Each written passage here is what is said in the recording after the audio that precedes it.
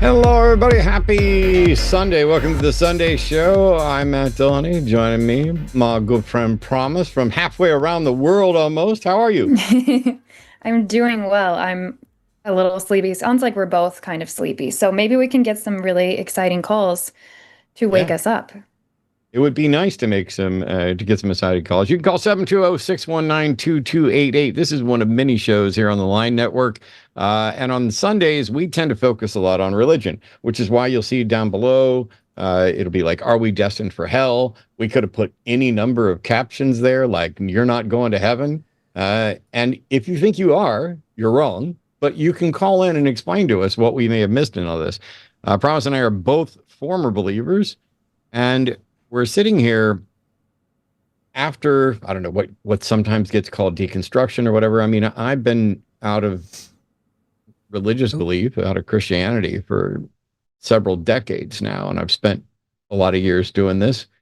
And what we're looking for is anybody who can call in and say, here's what I believe, and not just about Christianity, but although, religions generally, if you have some completely esoteric religion, something that only applies to you, or something that's ultimately, I don't know, untestable, unverifiable, doesn't make any real, God is just the universe's way of knowing it's whatever. You can try and call in and defend that. I think one of the things, in addition to talking about heaven, I'm working on some videos about spirituality and the confusion in the label. And there's a guy that basically made a post replying to a comment from me talking about how, well, this person who's the director of spirituality at such and such a place defines spirituality as this. And it was a bunch of woo nonsense. It didn't make any sense. Abstract. And so when I called it out, he's like, it's not my fault. You're not educated enough to understand. And I was like, okay, cool.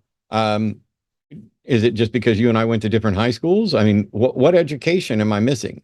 And why would you do just a smug dismissal instead of saying, here's what you missed. Here's what you don't understand. I mean, Promise and I, if we hear someone that's like, I'm not atheist, I'm agnostic, we can say, ooh, you're conflating a couple of different things. And let me explain the subtle difference and how you might be able to be both depending on, what it is. But those things aren't necessarily mutually exclusive. We try to explain stuff. And it would be very nice if somebody could call in and say, hey, I get it. You guys, maybe we went to the wrong churches. Maybe we had the wrong pastors. Maybe we read the Bible wrong. Maybe we had the wrong version of the Bible. I had somebody yesterday that was saying, why are atheists so bad at research? All you got to do is read the Bible. And I'm like, I went through this just the other day with somebody. If you start at the beginning, you have problems immediately, like within the first few verses, because the Bible says that the earth is older than the sun, and science says the sun is older than the earth. Now, those two things can't both be true, and yet science is pointing to evidence and is consistent with all the other findings in the universe and everything else. And Christianity, or the Bible, or Judaism, is pointing to, here's a story in a book. There's no other external evidence to suggest that the Bible's right. And so what ends up happening is a lot of people just take it as metaphor. It's not actually giving the order. It's just talking about it, like, God created the heavens and the earth, and then here's how he did it. And this, cool. But why think any of it's true or accurate when it gets the order of events wrong? I mean, you can't even get out of the first chapter without, I don't know, I'm going to say a dozen mistakes. And it's probably more than that. Yeah. That term, I just saw today somebody commented and asking, and I think it was a genuine question, and I understand that this question comes up, but they were saying, well, are you still spiritual even though you are an atheist now?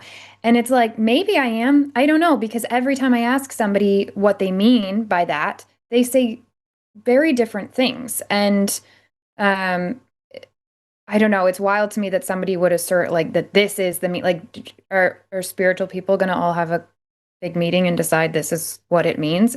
I think it's just a really abstract, subjective term that has to be defined by the person. And once they define it, I'm like, well, why didn't you just say that instead then? It's one of those things where it's like, kind of feels like calling the universe God. Okay, cool. If that helps you, go ahead and do that for yourself. But when you're talking to me and the rest of everybody else who doesn't know what you're talking about, just say the thing that you actually mean, that we all know what it is. Do you still meditate? Do you still feel wonder and awe? Do you like whatever it is that you're actually asking? Go ahead and Yep. say that, because then I can answer you accurately, and I want to. And I think that all of those, if somebody finds that meditation is meaningful for them and works for their lifestyle, great, cool. Yeah. If somebody finds that calling it spirituality to go do yoga out in nature is something that works for, great, do that. But when you're communicating, let's be more clear. Real quick, I also have, can I make a fun announcement Of for course. everybody watching? If you guys are part of our Patreon, we have double line con coming up this weekend. So it's going to be Friday at 5 and Saturday at 3. The hosts are to be announced, but I know it's going to be a really fun time for both of those.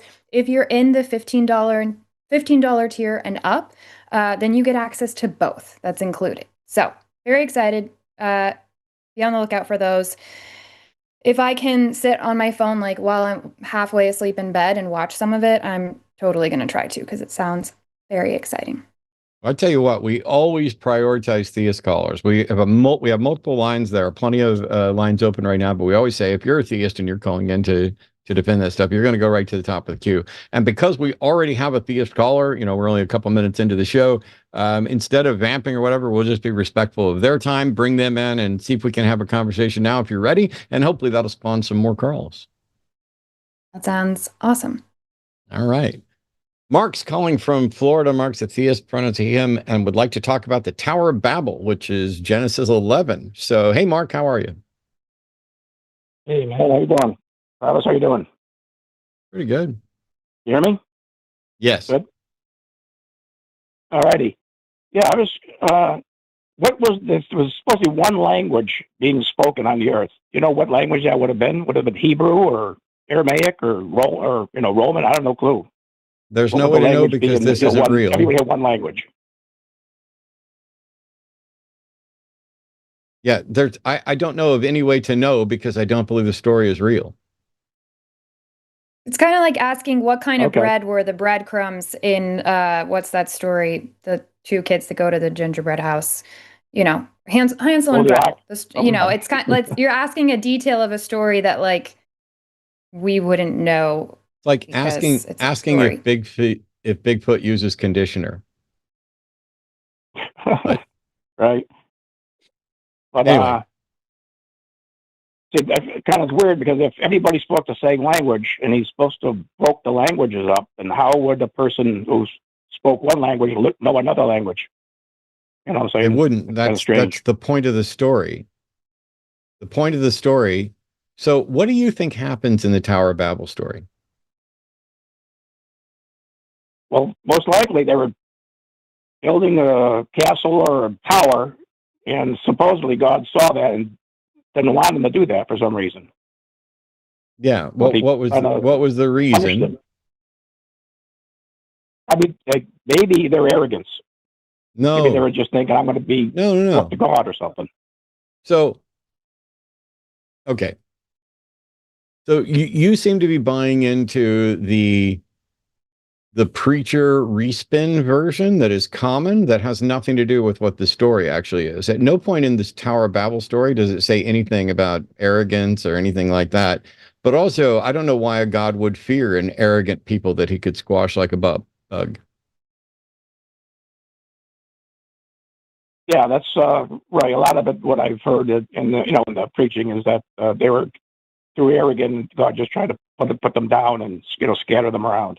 That's kind of Yeah. like what I Why? generally hear. Why? I don't know for sure. It tells you. Even if they scared them around, they still could be arrogant, Okay, so why were the people building the tower? For some reference point possibly in town or something, maybe. Sure, a reference point in town. I mean, the story literally tells you why they built it and why God messed with their languages, which, by the way, assuming, even if this were true, we've now defeated that because we have Google Translate, so it doesn't matter. He can't confound the languages, and we've managed to study and learn the different languages as well. But we also know from science this isn't how languages began and spread and changed. But the story is really straightforward. Matter of fact, I'll just read it. It's only 9 verses. And I'll go with the English Standard Version. If somebody wants to do King James, I can go through that later too. Can I ask Mark a really quick question right before you? Mark, are you a theist? It says you are, but I'm slightly confused about the conversation. I guess we can get to that for the rest of my confusion after. But just for clarification's sake, are you a theist? Yeah, I go to church all the time, yeah. So you believe in the Christian God and you believe in the Bible? Yes, yep. Okay, just some stories just kind of make me shake my head, Yeah, that's why Matt and I are in the seats that we're in right now. But yes, I'll let Matt read the story and then we'll see if we can help you. Yep. So, starting with verse 1, it says, "Now the whole earth had one language and the same words," which we have no reason to think that's true, but we'll just set that aside. "And as people migrated from the east, they found a plain in the land of Shinar and settled there. And they said to one another, 'Come, let us make bricks and burn them thoroughly.' And they had brick for stone and bitumen for mortar. And then they said, 'Come, let us build ourselves a city and a tower with its top in the heavens, and let us make a name for ourselves, lest we be dispersed over the face of the whole earth.'" So here's a bunch of people who said, "Hey, we're going to build a city here, and we're going to build this big tower as a landmark so that we don't, separate, so that we have a place to come together." Kind of it's like, hey, we're family. When you're out there, I want you to have a tower you can see to come back to. And, as you wander the landscape, boom, there's no reason for us to be dispersed. We can build a city. So in verse 5, it says, "And the Lord came down to see the city and tower." I don't know why he needed to come down. That's pretty silly. Which the children of man had built. And here's the thing. In verse 6, it says, "And the Lord said," I don't know who he's talking to either, or how anybody knows what the Lord said. Okay. We're into deep, ridiculous territory in here. But the Lord said, "Behold, they are one people, and they have one language, and this is only the beginning of what they will do, and nothing that they propose to do will now be impossible for them. Come, let us go down and confuse their language, so that they may not understand one another's speech." This is why God destroyed it.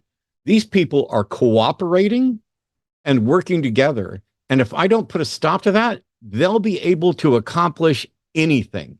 It wasn't the arrogance of the people. It was the fear of the tiny little God that the people would be able to achieve and accomplish things without him, essentially. And so the Lord dispersed from them over the face of the earth, and they left off building the city. Therefore, its name was called Babel, because there the Lord confused the language of the earth, and from there the Lord dispersed them all over the earth. So the story is, some humans were exercising humanism and cooperation, and God got scared, because if we keep doing that, we'll be able to accomplish anything. And he doesn't want us to be able to accomplish anything. He wants us to be subservient to him. There's nothing in there about arrogance, just a petty little dictator talking to himself and worried about what the people are going to do. When in reality, when I was a kid, I was taught that they were trying to build, when it says they built a tower into the heavens, I was taught as a kid that they were trying to reach God or reach heaven, which the book doesn't say, doesn't imply. And when it says they were building a tower to the heavens, it just means tall.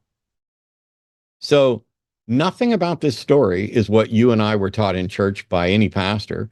They weren't trying to reach heaven. It wasn't their arrogance. They were trying to cooperate and work together and make sure that there was a place where they could all come together and work together and accomplish stuff. And God was like, "Oh, no, no, no, no, we can't have that." Um, it's a sadly ridiculous story that we can be confident never happened. But even if it did, it just shows the God of the Jews as a petty little monster that doesn't want good things for humans. Yeah, well, most of the time I've heard this story, in church, it's usually preached that, it was the arrogance of the man to go and try to throw him down, put him down. That's generally the way it's preached in church. But Doesn't yeah, say I that though, does understand it? what you're saying. Yeah, it makes sense what you're saying. Yeah, it's weird to me because, like I told you, what I was taught as a kid. I don't promise. What do you remember what you were taught as a kid about Babel? I mean, we were mostly just reading straight out of the Bible, and then we weren't really getting into it much. It was just like, well, this is how language was formed, and that was that, and we would move on, which Yeah. is probably how they got me to not ask too many questions. So the thing is, if the story's true, um, it's embarrassingly bad for the God. And if the story's not true, it's embarrassingly bad for the God that it's included. Tower of Babel is one of my all-time favorite stories because it's talking about humans cooperating, which we know from game theory is a great strategy, trying to work together to accomplish something, and um, it being thwarted because there's a God that's afraid of what we'll accomplish. I guess I don't know. But then when you go talk to your pastors, oh, they were arrogant. They were trying to reach heaven. They were trying to put themselves co-equal to God. God wanted them to be fruitful and multiply and spread around the earth, and they decided to stay there, and that was disobedience. And you can infer some of that, but it doesn't say that anywhere in the passage at all. Mark, I'm Yeah, curious, that's like I said. Yeah, go ahead. are you calling because you have like doubts and you're wanting to talk those through, or are you calling because you really believe this and you think that we should believe it too? Well, it's just, I said I watch the shows, quite a bit, on the YouTube. They make some pretty good points. Like I said, people said in church, people say that people of the old days lived to 600, 700 years old. I said, is there any proof anybody ever lived over 120 years old? Pretty much, the old days, people died early because they didn't have the Right. medicines, didn't have the doctors around. Yeah. That's Yeah, you're strange. already picking up on the stuff that I unfortunately was so indoctrinated into as a young child that it took me years and years to start questioning. And it sounds like you're already so skeptical of it. So I'm curious as to why you're still committed to it's not, you said you're going to church, you said you believe the Bible, all of that. Hmm. So um why are you finding yourself on that side of the aisle when you have all these skepticisms instead of holding out to see if there's actually a compelling argument to believe it? Because so far you've done a good job pointing out reasons not to believe it. Yeah, that's when you try to use basic common sense, it makes some sense what you guys are talking about. But if you don't use common sense and say, well, let's just wing it and faith it, then it's kind of okay, whatever. But you get a routine, I've been going to church forever. Little kid is a Catholic, Catholic Sure. school, all that stuff. And then, in the church, in different churches, and after a while, it's just, well, Sunday morning, got to go to church. you know, Yeah, just but have a wouldn't it routine. I totally get that. Wouldn't it be more exciting to fully question this thing that you already have doubts about and maybe even find new community that's also done that questioning that is in alignment with you on believing things that are true versus abandoning common sense? Yeah, yeah, it's definitely something I should pay attention to and definitely think about. But yeah, like I said, that's why I enjoy watching you guys' shows and a different perspective on things. And you just rely on someone in the church to tell you everything. You say, okay, I'm not going to open my book. I'll rely on what he says. And after a while, you're like, wait a minute, that don't make a heck of a lot of sense. Yeah, no, That's how I am right I now. really, I applaud you for, being willing to look at this skeptically after, like you said, you get so comfortable with the routine and all of that. And I think there could be like a whole exciting part of life that you haven't had access to yet, as far as like finding community and figuring out what you actually believe. I know for me, it felt like getting a whole new life in a really positive way once I did the work. So I think it's great. I love that you called in, and I love that you're questioning this stuff. And I'm excited for you to maybe find some of that new community, or figure out more things that you don't know if you're sure if you believe them or not. Something like, like Noah's Ark. Did God made all the animals walk there peacefully? Didn't they? The animals don't get along. They fight. Put them in a big ark. They'd be fighting. How about the food, the water? Wow. They got one window. It just kind of don't make a lot of sense when you think about it. But you just grew up believing it.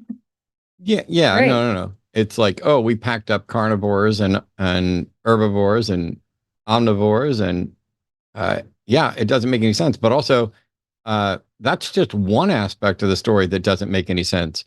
The fact that there's not enough room. I mean, what? And there's not enough water. What part of this? What part of the Noah's Ark story makes any sense at all? Well, I guess they said Noah was supposed to be a preacher, and he preached for years and years. Didn't obviously do very well. He got nobody, converted, because just his family on the boat, and he was supposed to preach the word. Well, if he was in a little community, how could he preach the word around the world? He's just stuck in a little community. And if God flooded the world, he probably killed 11 million people at that time, possibly. Well, and they didn't hear the message. I'm trying to figure out. I mean, they said it's for strange. the entire flood story. None of it makes any sense either. Okay, so God goes and gives instructions to Noah for him and his 3 sons to build a massive boat that's supposed to save him and his family and 2 of every animal, which is absolutely impossible, from a flood, which is absolutely impossible. And so the only way you can make it make sense is to have God being, oh, well, God can do whatever he wants. So maybe he can make the animals peaceful. Maybe he can make them small. Maybe he can invent water. He created everything. Of course, he can just, make the water. But then you have to ask, if it's a global flood, why doesn't anybody else seem to know about it? Why did life in ancient Egypt continue unabated? Why, when he dispersed the animals, why did, kangaroos end up in Australia and didn't stop somewhere else? There's nothing about the story that lines up with reality in any way. And so you have to look at it as if this didn't happen, but it's some kind of moral play, some kind of story about, hey, the earth was terrible. Like, for example, you should know this, Mark. What's God's promise that he'll never flood the earth again? Rainbow. Rainbow. And a rainbow is just light refracting through water droplets, right? Right. Did God change the laws of physics to where rainbows didn't exist prior to the flood, but all of a sudden physics completely worked different after the flood? No, you wouldn't think so. I wouldn't think so either. So No. I keep looking for what part of the story makes any sense, and I can't find any. I can't find why he saved a drunk who then cursed one of his sons so that all of his offspring would end up as slaves to his other sons. What kind of God honors that promise of a drunk? Why, what is the deal with this? Noah gets drunk and passes out. One of his sons sees his nakedness and he ends up cursing him and all of his descendants. How does that make sense? Wild. It makes no sense. So last time go ahead.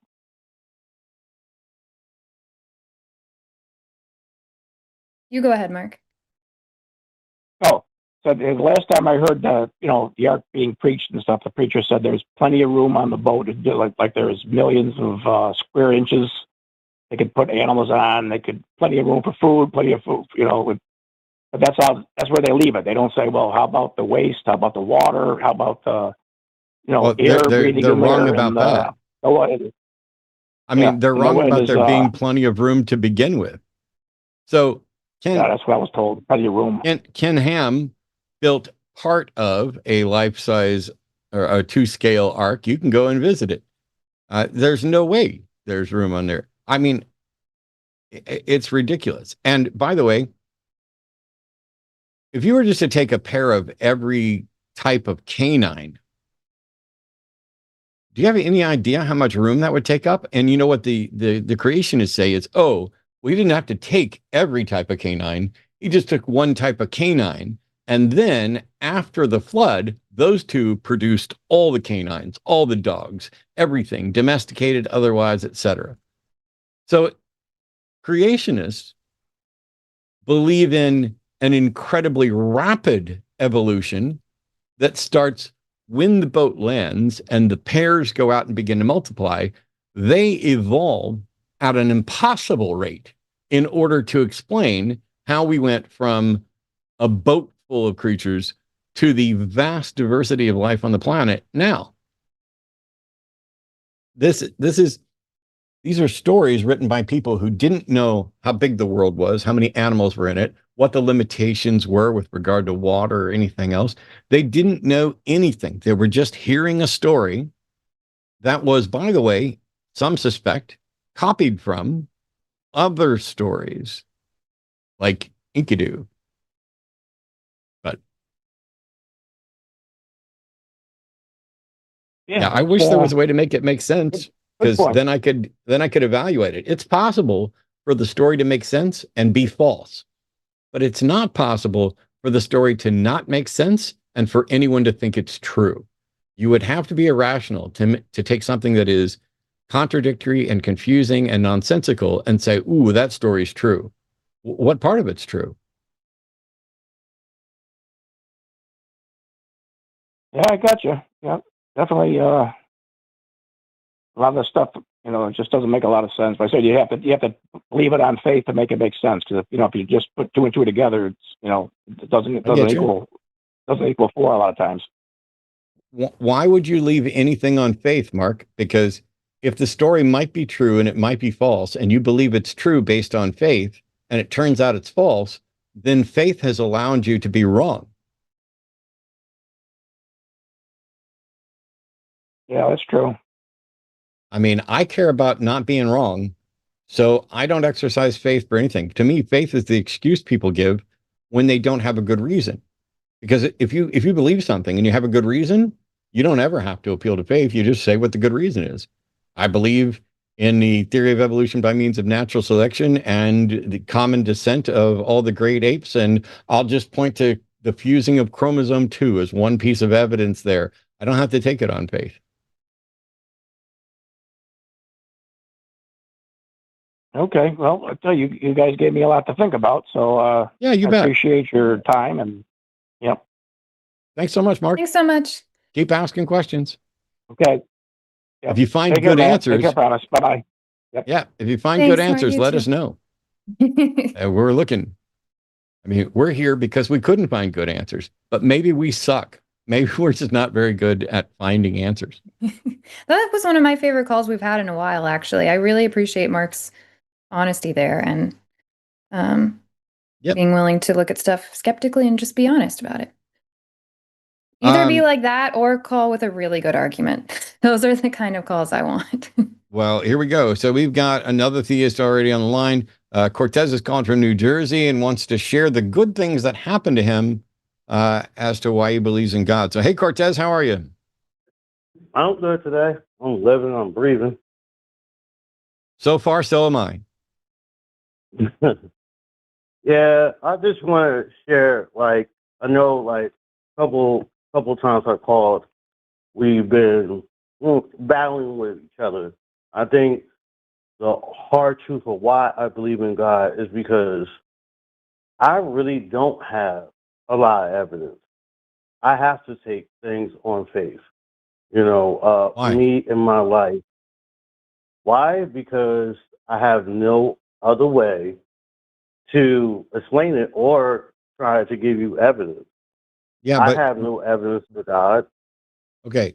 So here's what I'm saying. You said I have no evidence for God. I appreciate that statement and the honesty, but you're saying I have to take it on faith. Why do you need to accept it at all? Why can't you just like what is it doing? Bring me joy in my life, bring me understanding. I think for me, only for me, I can't really talk about other Christians, but for me, Sure. God brings me peace and brings me till Well, out of to be of clear, life that can be stretched out. to be clear, you don't have any evidence that God's bringing you joy. You just are convinced that believing in God brings you joy. Yes, and having a relationship with God. How can you have a relation with something that you can't demonstrate as real? Because for me, I believe that when I pass away, not for my works, not for the good things I do, but having a close relationship with God, I will be able to enter the kingdom of heaven of all souls. Okay, that I'm sorry, Cortez, that didn't answer my question. You told me what you think happens because you have a relationship. I asked, how is Mhm. it possible for you to have a relationship with someone who you can't even demonstrate as real? Like I that's like can't give saying you an I answer for have a that. girlfriend that goes to another school and you've never met her and you'll never will, and she's not real. I have I have no answer for that. I don't know. I only Okay. know that for me, I believe with God because of my life experience of seeing things that I can't explain. Okay. If you can't explain it, then why believe in a God? God doesn't offer any explanation. You're just trying to solve a mystery by pointing to some other mystery. Like if you can't explain it, then the answer should be, I don't know what the explanation is. You don't get to just say, I can't explain it, therefore it's God, right? For me, I can understand your opinion. I can It's not an understand your thought opinion. that you're explaining. It's not an opinion. This is a fact. Yeah, Cortez, why can't you just say, I don't know? There are some things in life that I don't have an answer for. Why can't you do that? Well, with certain things I can, but when it comes to me almost Well, dying 4 times in my life and actually seeing the promise after my soul was from my body, that's the evidence that I saw with my own soul, and I felt His presence over me. Now, do I still do sin? Yeah. Am I perfect? No. But that's the Cortez, we're getting off blessing that topic. I We're believe we're in. getting we're getting off topic. You began the call being really honest, saying you don't have evidence. Um, Yeah. you shared a personal experience that sounds like you have a memory at most, or maybe even you think you have a memory at most, of a Mm, feeling and an impression of something, but no evidence that it's actually true. Nothing to let you know whether it's a false memory or a dream or just a mm, feeling that you had because maybe you wanted that feeling because it was comforting to you because it's something that you've already heard of and you can fill in the blank of I don't know what that was with here's a mm, story. So my question for you is why won't you be consistent? And when you don't mm. know something and you don't have reason to believe it, why not just be honest about that? Why do we have to tell a story? What is your need for the story to attach to it, even though you yourself said you don't have a good reason to believe it? I don't have evidence that can demonstrate to you that God is a living, breathing person that has flesh that I can This demonstrate is His not at power, all His what we will. asked. Cortez, I don't know that this conversation is even something you're not answering us, you're not listening to what we're saying. Um, Well, I will see and say I don't know. The only, the only, the only, the only answer I can give you is God's presence. I can't really give you How do you But Cortez, how do you I've already told you, you can just say, I don't know. I felt something inexplainable. I felt something that I really enjoyed, or I felt something that was a feeling of awe, or I felt, why can't you describe what you felt, acknowledge what you felt, Mm. acknowledge what you experienced or what you believe you experienced, and then say, and I don't really know other than that. And that's cool. And that was a cool thing. And I'm glad that happened to me, or however it is that you feel about that. I don't know. Okay. When I passed away for a short time, I don't know. When I passed away and the feelings that I felt, yes, I felt a good feeling. Yes, I don't know.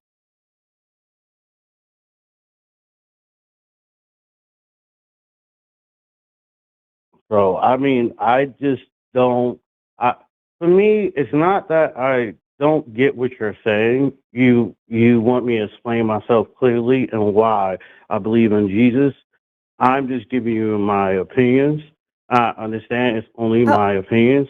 Like I of can't really course, give you evidence to Jesus. but you, but Cortez, the reason that I personally am invested in these conversations is because I would like for you to be able to let go of whatever dogmas and lies you're clinging to so that you can face reality and get whatever tools you need in life to enjoy the best possible life that you can here and now, because that's the one that we can be sure of. And it sounds like you just said you've had near death experiences. You seem to be very grateful for the time that you now have back and that you didn't think you were going to have. And I would like for you to be able to believe true things so that you can enjoy reality, not so that you're just sitting there with this comforting lie that's not actually comforting if you really look at it, because you've now replaced wonder and curiosity and skepticism and the potential of finding out someday what that actually was with a story that's made up and based on absolutely zero facts. I'm For Right. me, I understand your opinion, but my opinion is different when it comes to the Bible Oh my and how I God. look at the Bible. Oh my God. Now, Cortez, we're not asking for opinions. I don't care about opinions. This isn't yeah, a call in and give the host your opinion show. So let me see if I can shortcut this. You mhm, think you have experienced God's presence with your soul, correct?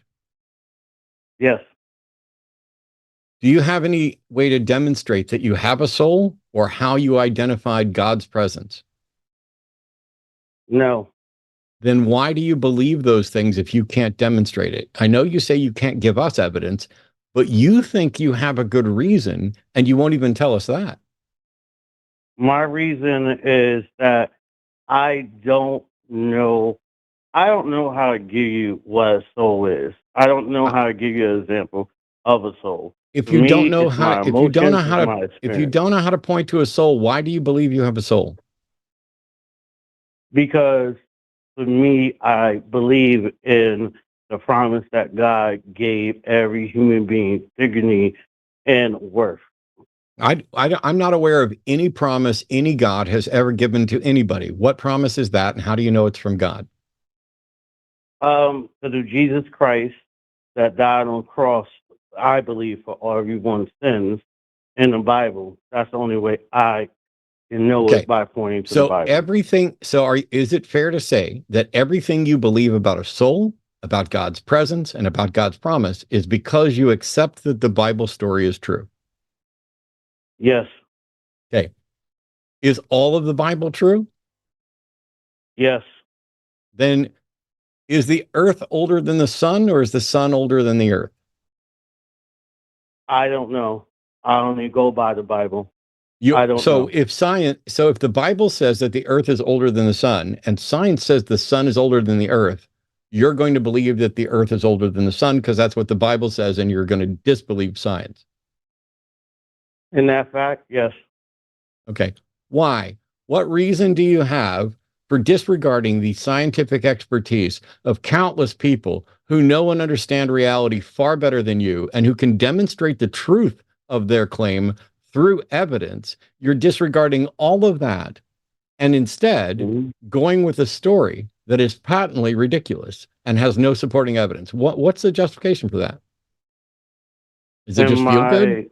in my opinion, okay, Okay. what Okay. I think is that for me, on certain scientific facts, yes, I am going to regard it because I trust the Lord, the Savior that saved my soul. There is no Lord, there is no Savior. There's only a claim of a Lord and a Savior, and you are throwing out all of reality because you bought a bullshit story, and you're trying to defend it by not defending it. Like, why didn't you believe some other bullshit story? Because Jesus Christ died for everyone's sins. You don't have any reason to think that Jesus existed or died for sins. Yes, for me, I look at the Bible. I know you look at the Bible. I'm asking why you look at the Bible, and why do you think the Bible is true and anything that disagrees with it is false? I mean, you're calling for in, me, you're I'm not- calling in, you're calling into a show using technology that is dependent Okay. on the very science you are rejecting. Do you think the No, earth is I'm flat? not rejecting. No, I'm you not are. Do rejecting you think the all earth is science. flat? No, you are. Do you think the earth is flat? I'm not. Do you think the earth is flat? No. Do you think it has a firmament?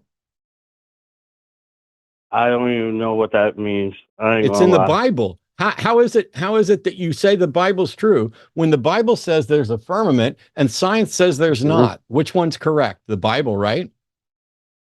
For me, I'm not really sure. It's not for I know you. that for It's me, not for you, when Cortez. Truth is not for you. I need to know what is true. Are you saying that if the Bible says something that is contradicted by science, you will always go with the Bible, right? I will always trust the Lord.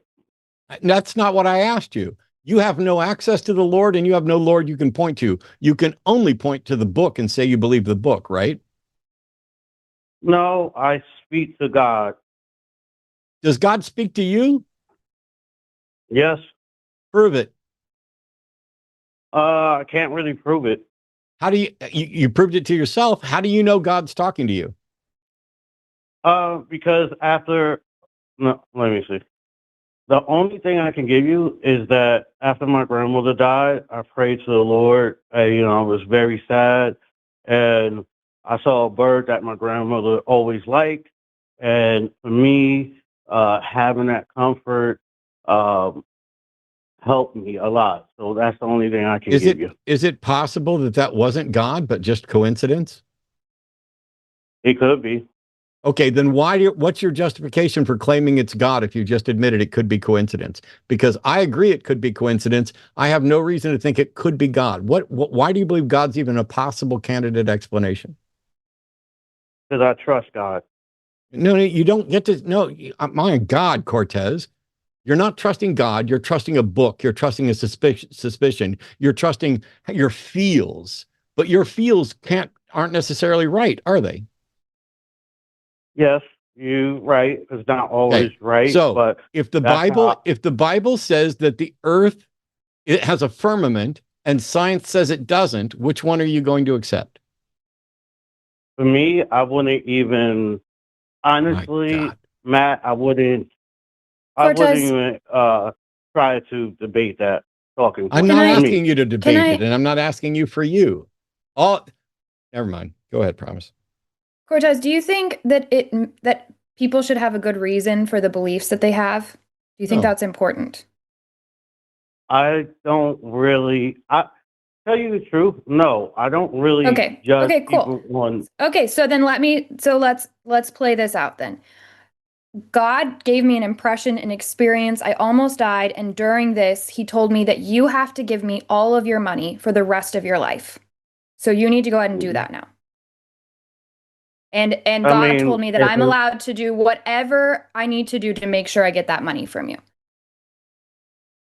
I mean, if you have that experience, I wouldn't downgrade you, but at the same time, for me, So give me I all your wouldn't- money for the rest of forever then, Cortez. If we're following that logic. I wouldn't Why do not? that. God told me that. I don't have evidence for you. I have no reason that you should believe me. No, But that's God all right. said God it. told So me why that aren't you? promise is right. So now we've got two people. Oh, I have a witness. Yeah. God told me that he wants you to give all your money to promise. I'm not going to I'm not going to dispute your presence with God. For me, I'm not going to do that. I'm just not going to. So you're going to disobey God. But Cortez, people use this way of thinking to take the Cortez, people use this way of thinking to justify taking other people's human rights, to take their lives, to take their autonomy. They do it. This is what they do. And they don't have any facts to back it up, just like you're doing. That's why the way that you are choosing to hold to the standard you're choosing for belief is so dangerous. And yet you're defending it. What do I defend about believing in God and hoping the you best are defending believing something without a good reason to believe it. You're telling us that you don't have evidence. You're telling us that you believe it because you believe it because you believe it because you believe it. And other people can use the exact same excuse that you are using to justify doing horrific things. So why are you the exception? Why is it okay? Why is it okay for you to not have a good reason for your belief, but for other people it's okay, or it's not okay? I know. I'm saying that I'm not doubting when it comes to religious folks. You can be religious. I'm walking with God in my own way. I'm not demanding. I'm not trying to say Christians should have power or dominion over other people. But me, Cortez, other Christians are doing that. They're using Cortez, you're not hearing what I'm saying. Other people, other Christians are using the exact same method of deciding of developing their beliefs that you are using. And they are reaching horrific conclusions. So what is stopping you from reaching a really terrible conclusion? Because with your beliefs? I respect and I respect the human beings of other people. Even what if you think that God's told you to disrespect a human being? Which one are you going to go with? What you think is right or what your God has told you? Jesus, if he did tell me to do that, I ain't gonna lie. I might praise God, but that would be a hard one for me to do. So then Cortez, you're not even really believing this stuff. You're not even committed to your own dogma, and you are just taking a story and crafting it to comfort you, and then you're cherry picking out the parts that you don't like. You are looking at it and saying, well, that part is inconvenient, so I'll just do away with that. So you are no more than a kid that's making up an imaginary friend to fit the need that they have in that moment. And I'm telling you that you're better than that you can face reality, you can find community, and you can find the emotional tools that you need to process grief without creating this story that doesn't even make sense, that goes against the science that you, I guess, sometimes believe and sometimes don't. None of this is adding up. For me, how would to ask a question, if I can, or y'all want to ask questions? Y'all still want to ask questions to me? You can ask a question. I wish that you had just listened to anything I said, but go for it. No, I just want to ask a question about what you just said about building a community and having other evidence and other rationale ways of explaining the things that's going on in life.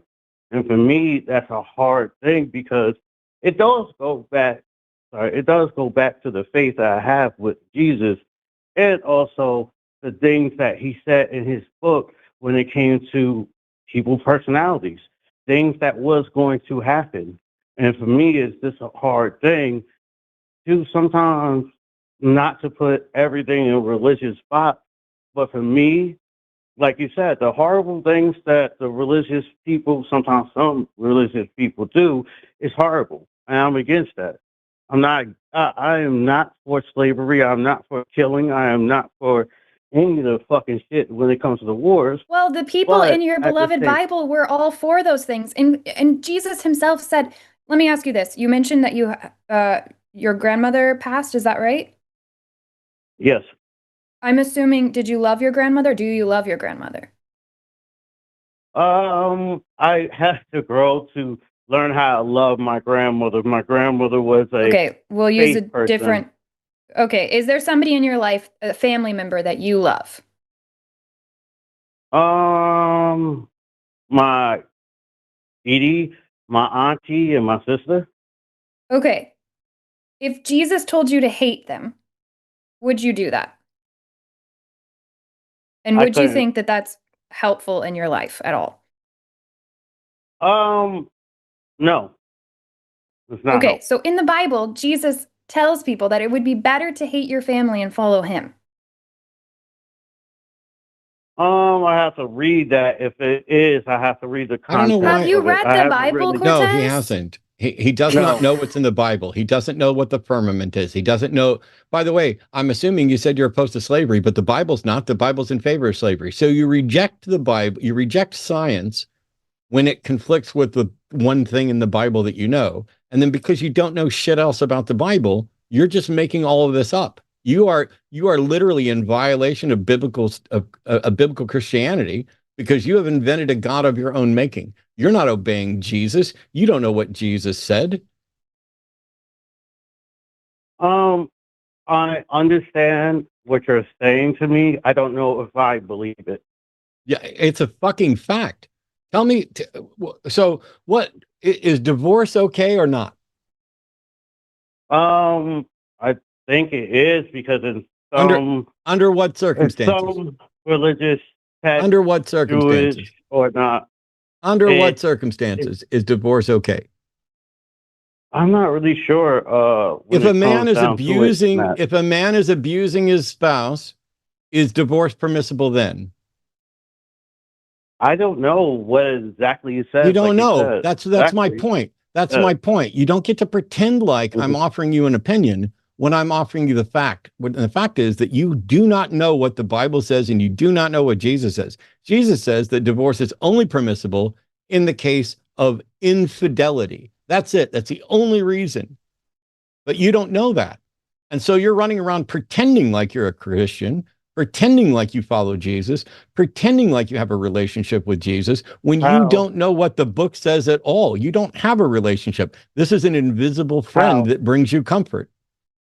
How? Just because I don't know the text in the book Correct. perfectly. Correct. And No, it's everything not. like It's that, not a matter of that's not true perfectly. Christian. It's not a matter of perfectly. not- It's not a matter No, of that's knowing not it true perfectly. Christian. It's not a matter of knowing it perfectly. It's a matter of knowing it at all. You are clueless and have not even read the books. That's not being a Christian. Being a Christian I didn't ask is you. walking with purpose and attitude.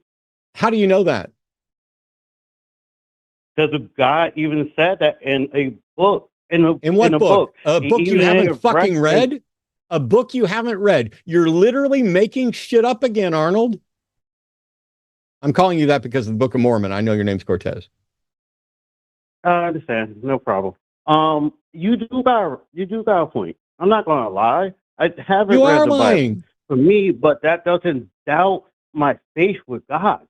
I don't doubt your faith. I think faith is ridiculous and stupid, and faith is gullibility. I think faith is not a path to truth. I think faith is what justifies racism and bigotry. I think faith is what justifies superiority complexes. I think faith is what justifies people who don't care whether or not their beliefs are true. They just want to be comforted. Faith is garbage. I believe you have faith. I don't believe your faith is in anything real, and you don't either, because you can't demonstrate it, and you can't even explain why you believe it. It's just comforting. And then you point to, I'm still talking. Then you point to a Bible that you haven't read whenever it seems convenient. And then when you're about to get caught and exposed in that, no, I won't always trust the Bible over science because you're worried that there might be something you don't know because you don't know this stuff. Then all of a sudden the Bible's off limits and it's all about your personal walk. But how do you know it's about your personal walk? Oh, because God says so in the book. This is embarrassing, Cortez. Do you care if your beliefs are true at all? I care about my walk with Jesus and trying I don't give to a shit. be I asked the best question I person asked. I can Why be. is it you won't answer the question that's asked? Do you care if your beliefs are true? No, Matt. Not Okay. to your logic, no. It's not. Okay, Cortez, there's no such thing as No. my logic. There's just logic. You are irrational. You do not care about truth. Why would I continue to have a conversation with someone who doesn't care about truth or rationality? What's true to you? True is whatever is real. Truth is that which comports to reality. Truth is that which is actual. What's real to you? Real is sometimes some things that we can't explain. Yes, real can be the bird outside. Real can be the grass. Real can be the car. Real can be my sister. Real is my body, my foot. I mean, my glasses. Is your soul real? Anything can be real. Is your soul real? Yes. How do you know?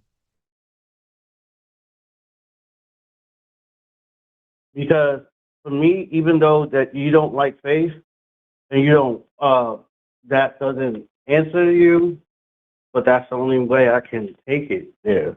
Is I Yes, have I to know. have faith I'm in the aware of soul that. I have. I'm aware that the only way you can justify believing in a soul is faith, but faith isn't a path to truth. Basically, you listed a whole bunch of things that if I asked you, how do you know they're real? You would point to them and you would say, I can introduce you to my sister. I can show you my foot. But the soul is in a completely different category. And so for that one, you realize you can't point to it, but you desperately want to pretend that it's real. So you just say it's based on faith.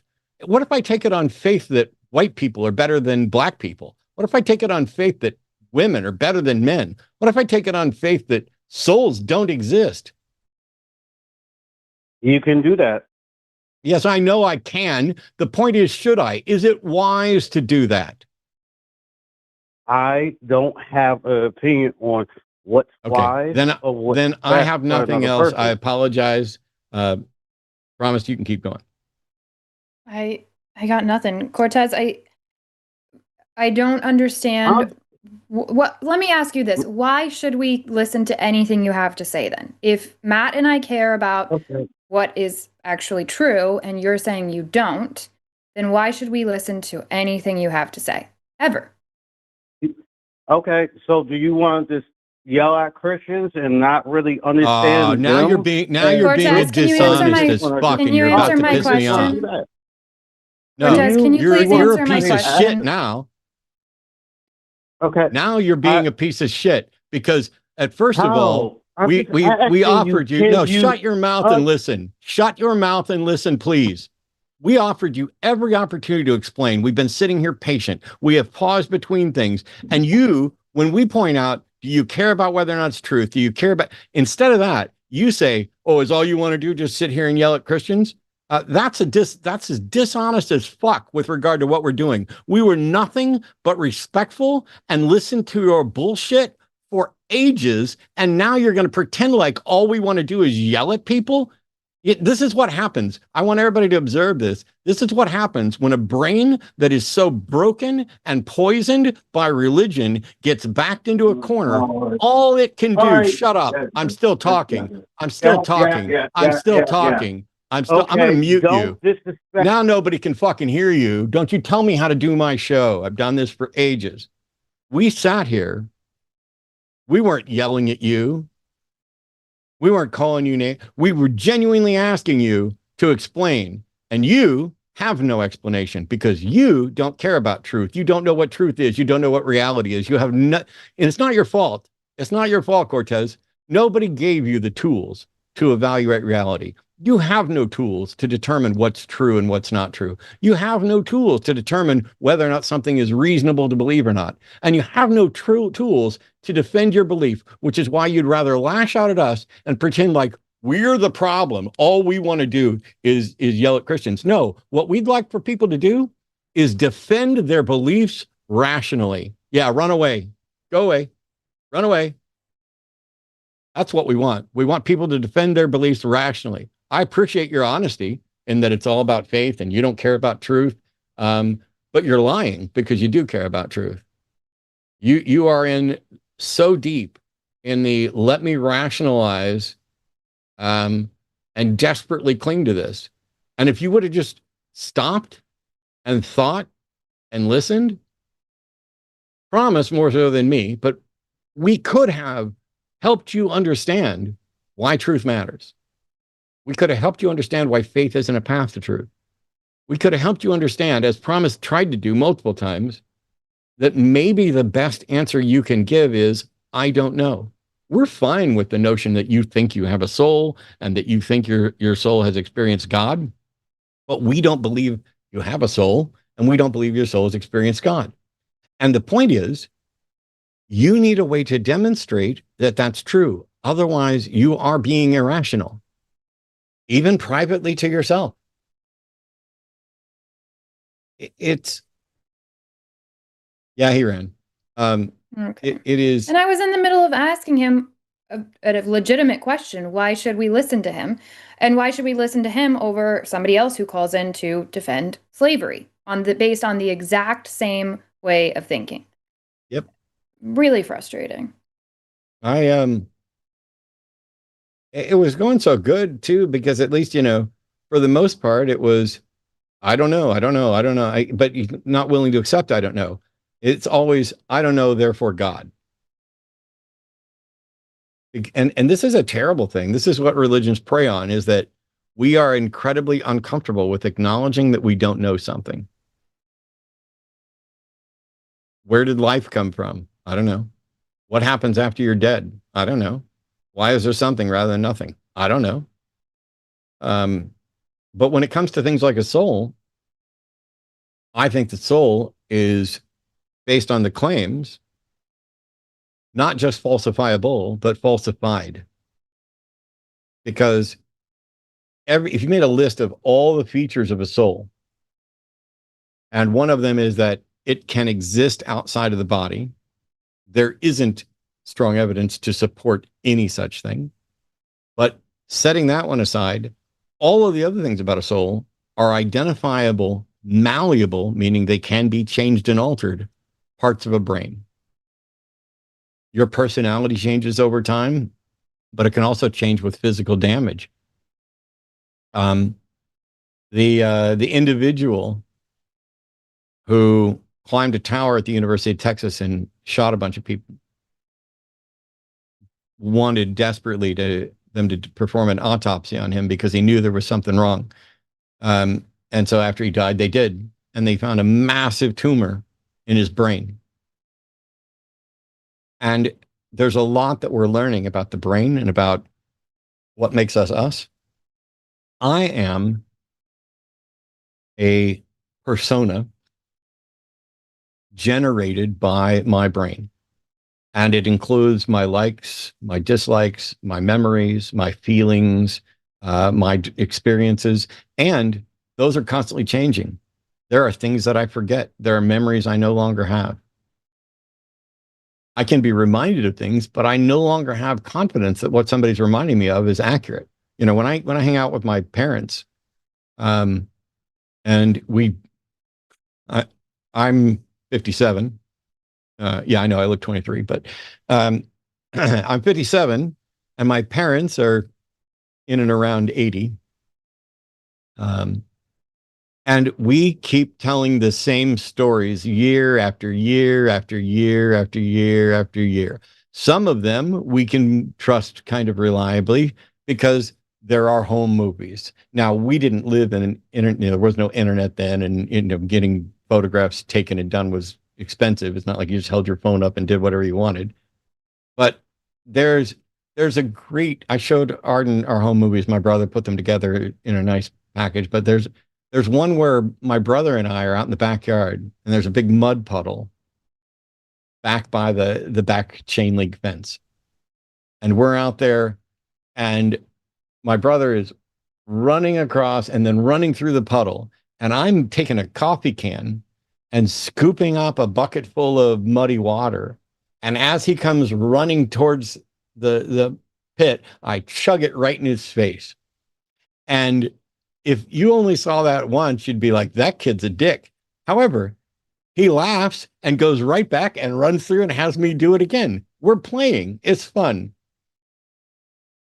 I'm going to remember that story, I don't know, at least till the end of the show. But tomorrow I could forget. Luckily, it's recorded somewhere. We don't have a recording for that type of stuff. And I've said before, I love my brother. My brother may or may not be in chat. If so, hi, buddy. He's genuinely one of the 2 or 3 best people I've ever met in my entire life. brother or not. Ain't nothing going to come between us. And I'm not just saying that because I want you to come down and help me clean the garage. But the thing is, let's say I had remained a Christian and my brother had become a godless heathen. The Christianity that I believed in, I was going to heaven. I knew that Jesus Christ was the Lord, and I was saved and redeemed and washed in the blood and was going to be in heaven. But if I was in heaven and my brother was in hell or annihilated, I would be sad. There is no reality in which there could be something claiming to be me that would not be sad that my brother is in hell or annihilated. And yet, there's no sadness in heaven, according to the Bible. Which means that I would never be in heaven. My mom could not be in heaven, and because she would be sad that I'm not. Which means my mom will never be in heaven. At best, some modified homunculus copy of you that's been altered might get to exist in heaven and sit there and praise. But you can't exist up there with the memories that make you sad, with the connections that make you sad, with the personality that makes you sad. And that means whatever is there ain't you. None of you are going to heaven. None of you are going to hell. None of this is real. These are stories we tell each other, but for a fact, there is no good reason to believe that anything like a soul, anything that has my collection of personalities and desires and memories exists absent my brain, because it's still just tenuous and nebulous in my brain right now. If I get zapped, if I get hit over the head and develop a retrograde amnesia, and I'm no longer the same person. We know from things like severing the corpus callosum on patients that are suffering massive seizures that two distinct separate personalities can form in the same brain and communicate independently. We know that. Go look up V.S. Ramachandran. There was a talk that was done 15, 17, 18 years ago, something like that, talking about this exact thing. This is a neuroscientist that's also responsible for work on mirror neurons and treatment using mirror boxes to make use of those, all kinds of stuff. But it's very comforting to think, when my brother and I are dead, we're going to get to see each other again. It's very comforting to think that, hey, I'm going to get to hang out with my parents and my grandmas and, the other people that I love. That's very comforting because it makes us set aside the impact of the loss that we feel when these people are no longer in our lives. And on that front, religions that talk about an afterlife and a soul are doing incredible harm, because instead of teaching you that death is an inevitable part of life and that we should be doing everything in our power to get our relationships right while we're here, because you're not going to get to make up for it after you're dead. We should be doing everything in our power to value and remember those things and cherish that time. And that when somebody dies, it is not only okay to be sad, it is healthy to be sad. It is healthy to miss them, and it is healthy to work towards hanging on to good memories that you value in your life, but letting go of that individual. The grief process is important, and religions poison your ability to grieve properly by setting up false expectations. This is why somebody like the last caller cares less about truth than comfort, because what's life like if I don't ever get to reconnect with my loved ones? Oh, well, it's exactly what it's like right now. I don't get to pick up a phone and call my grandma anymore. Either one of them. I have my memories, and someday those will fade, probably sooner than I'd like. And someday I will cease to exist. And there will be people who remember me, and there'll be people who won't. And eventually all of us will be forgotten. And that's terrifying to some people, because they're like, But if it all ends and someday none of us will be here, what was it all for? It was for right now. I ate lunch because I was hungry right now. The fact that I have to eat dinner later doesn't mean the lunch didn't have any value. This is the silly lie that religions tell you. So maybe we'll get some theists that are going to do something to defend some of that. But yeah, that's really well said. I think one of the things that I'm most sad that religion stole from me was the present moment. It was always having me either look back or look forward, and I didn't know how to live in my own body in the moment. Which is back to our earlier conversation, why I understand when people are like, oh, I feel spiritual, like with meditation and all of that. I get what they're trying to get at, which is this thing that we have, which is the present moment. And the more you can be a part of that, the better. And religion requires you to not be a part of that present moment. It takes away the value from the present moment, and it promises you something that it cannot demonstrate that it will ever fulfill. And then you miss out on the one thing that you have evidence of, which is exactly the present moment. So we did a quick poll. We did a quick poll on the channel about 15 minutes ago on what is real. And 45% of you said that what is real is that which is actual. 21% of you said Cortez's foot. I agree. That's also within the set of things that are real. Grass, 32% of you. And 2% of you said that the soul is real. And I'm going to presume that at least one of those people was serious.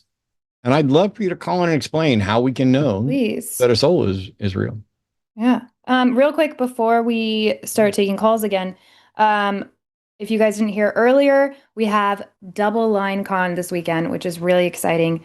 Friday at 5, I believe that's Central Standard Time, and Saturday at 3. And I have the host lineup for that. It's going to be on Friday, Matt. I assume that means you. Sarah. I don't from know Leading another Faith. one around here right now. And then Eric from Skeptics and Scoundrels. On Saturday, it's going to be Seth, Alyssa, and Dr. Ben. So that's an amazing weekend. And if you are in the $15 Patreon tier, then you get access to both of those. So check it out. If you aren't part of the Patreon already, that's this Friday and Saturday. Okay. I'm going to have to message Jimmy because I didn't get an answer back on my... Don't shoot the messenger. No.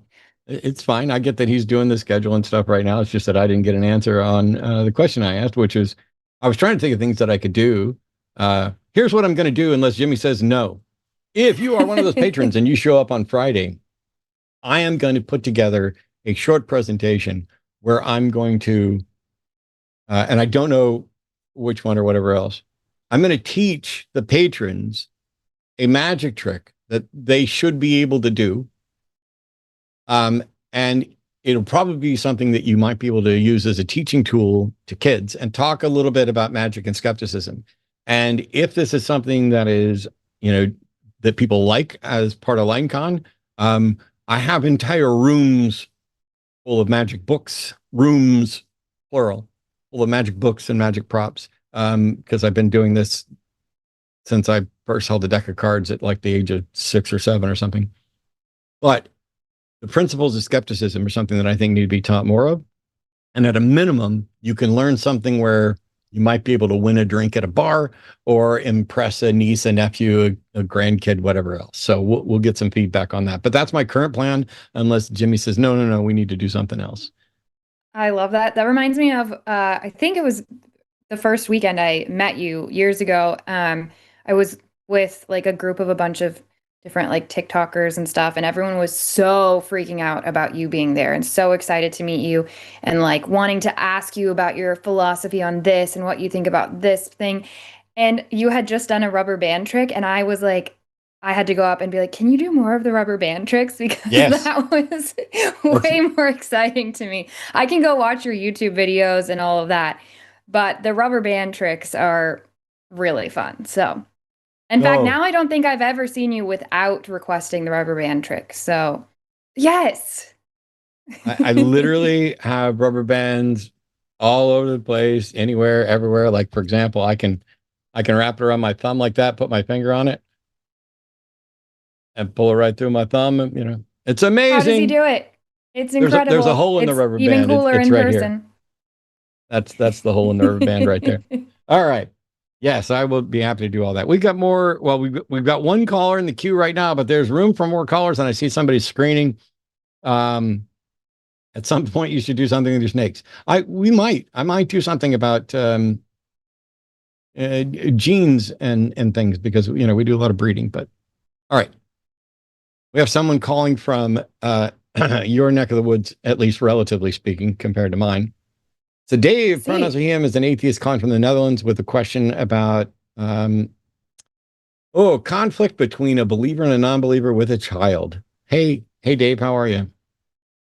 Hey, good afternoon to you, I think, Matt, and good evening to you, Promise. I hope you're Thanks, both doing Dave. well. I'm fine. Amazing. Yeah, so give a little bit of a backstory. Me and my ex, we were both Satanists or secular humanists. But after we split up, she met a guy that was really into Christianity, and he kind of brainwashed her. So now we have 3 kids, and our youngest is 8.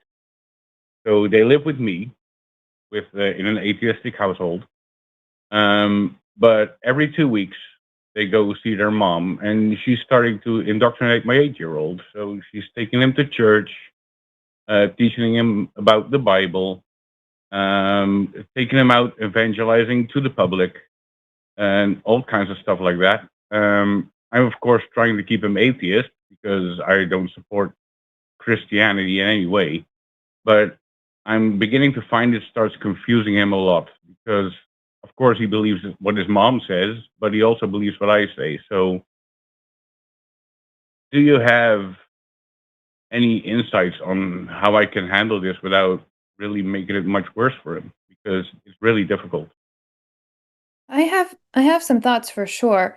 I think what I would make my goal is to not teach my kid, oh, we're atheists and that you need to think what I think, not what your mom thinks. And I'm not saying you're doing this. I don't know exactly what your conversations are like, but I would do everything in my power to make that child feel confident and empowered to think critically on their own.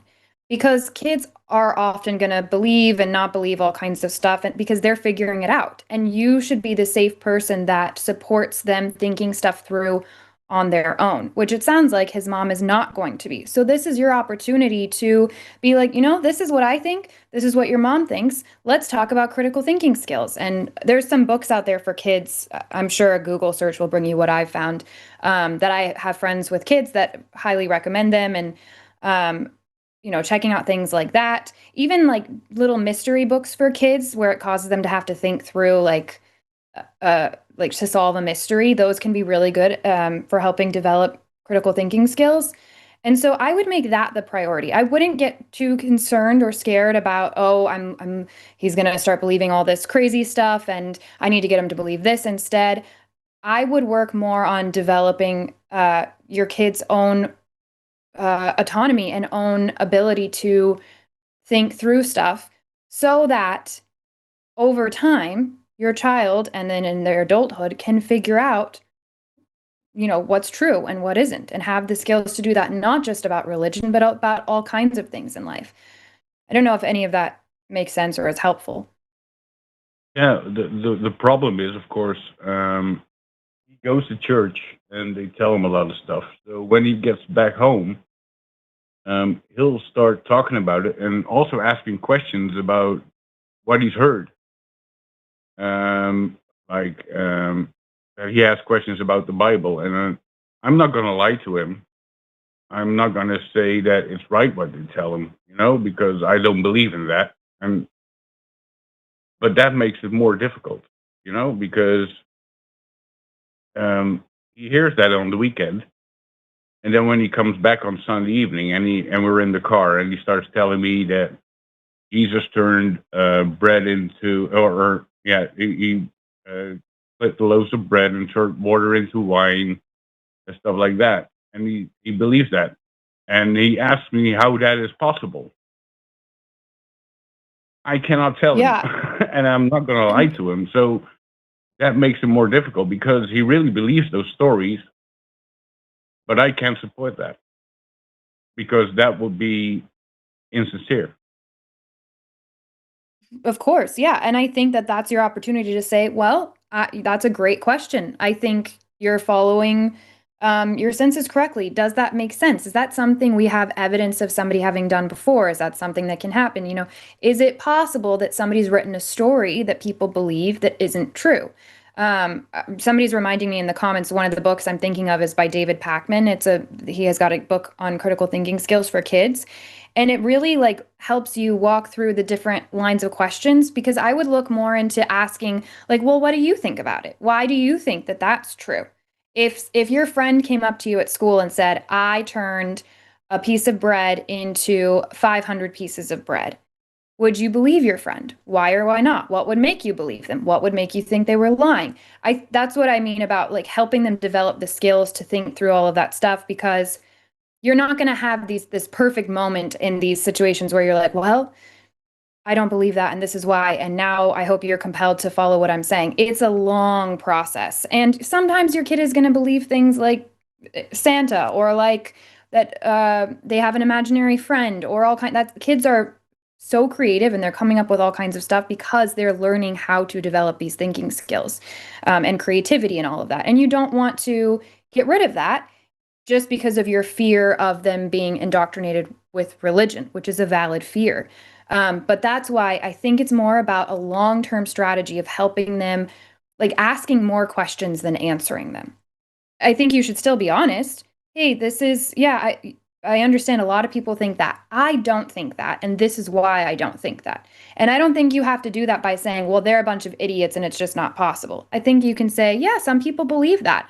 What do you think would be a reason somebody would believe something that they don't have a good reason to? Maybe they like the story, maybe because they grew up hearing it. You know, you can walk them through that sort of thing, and then walk them through why you don't believe it. Well, personally, I just don't believe it. It doesn't make sense to me because we don't have evidence that this is true. All we know is that it's a story someone said.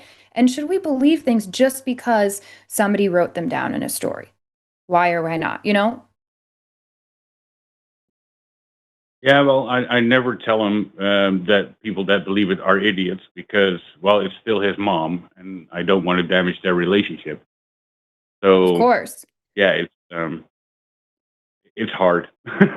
yeah, and it's also true though for you to say your mom believes stuff that I don't. I believe stuff that she doesn't. We're going to have our disagreements on things. And then there's other people that disagree with both me and your mom on different things. And so it's going to be up to you throughout your life to figure out what you believe and why you believe it.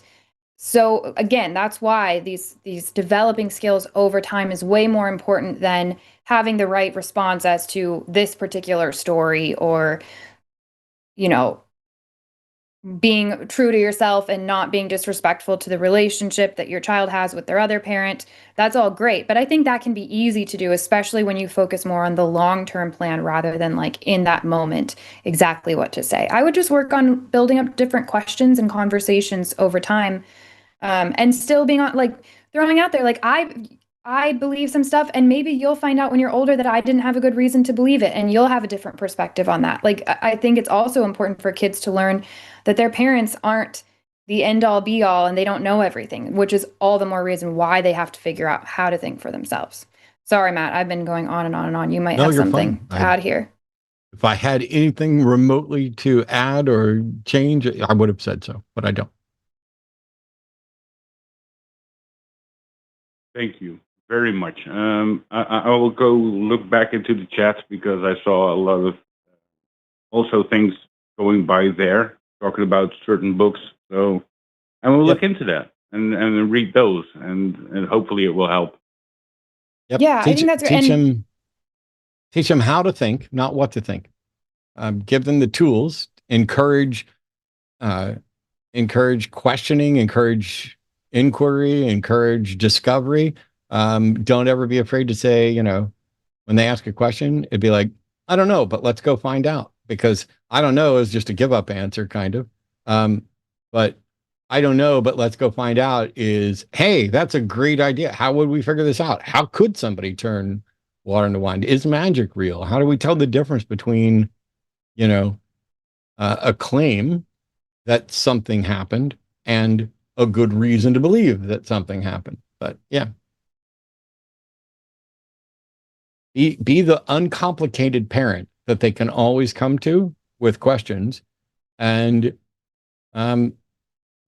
trust them.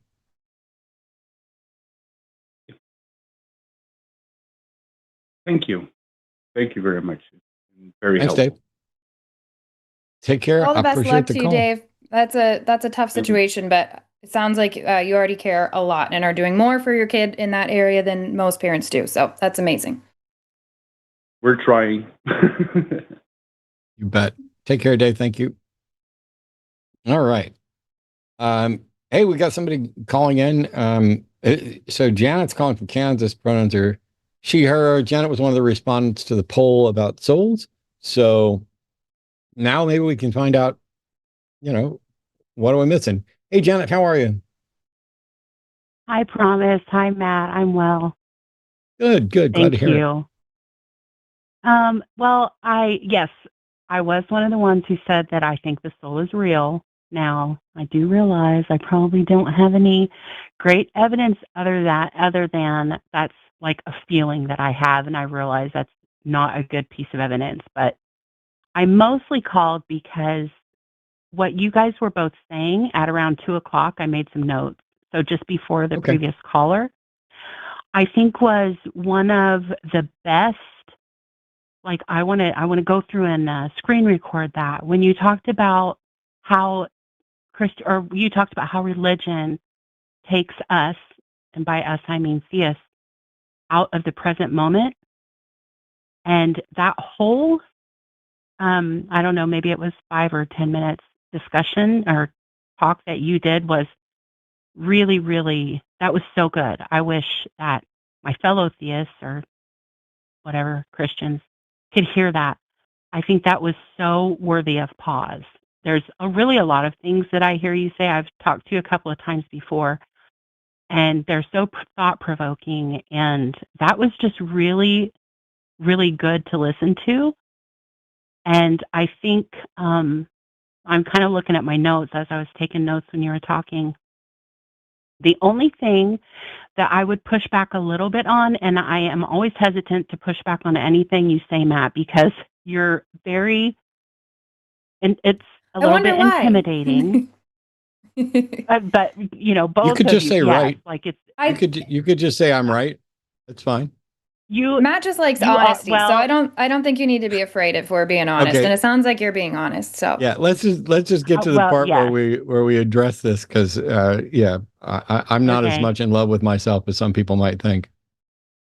All right. So the one point that I thought I would say is, I think that, and when you talk about when people die, yes, there's a part of us that is always like, oh, we'll see him again, and it tends to make us not really give in to the feelings that we really feel. But, when I look at religion and then when I look at what Jesus taught, they seem to be different. It's really hard to reconcile that in my own head, but it takes me back to the story of when Lazarus died and Jesus was headed there. They said, your friend has died, and Jesus was on his way there, and he stopped, even knowing that he was going to raise him from the dead, and he stopped and he wept and he mourned with his family and friends. So I kind of tend to kind of hold on to that story as, a lot of Christians want to push emotions down, want to suppress emotions. It is a very unhealthy environment, a lot, and I can acknowledge that. But when I look at actually how Jesus was an example of mourning, that's the only thing that I would say. I do think that he did weep, and I do think that he was willing to feel a lot of things that most of us in religion push away. So that was one little pushback that I had. So I don't know. You can give me your opinion on that.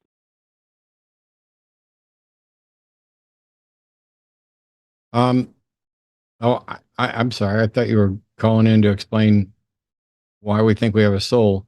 When I hear somebody talking about, oh, Jesus knew he was going to raise Lazarus from the dead and still mourned, I'm like, I have no reason to think that Jesus existed. Well, I'm okay with the notion that he existed, but I guess let me knock off the existence thing.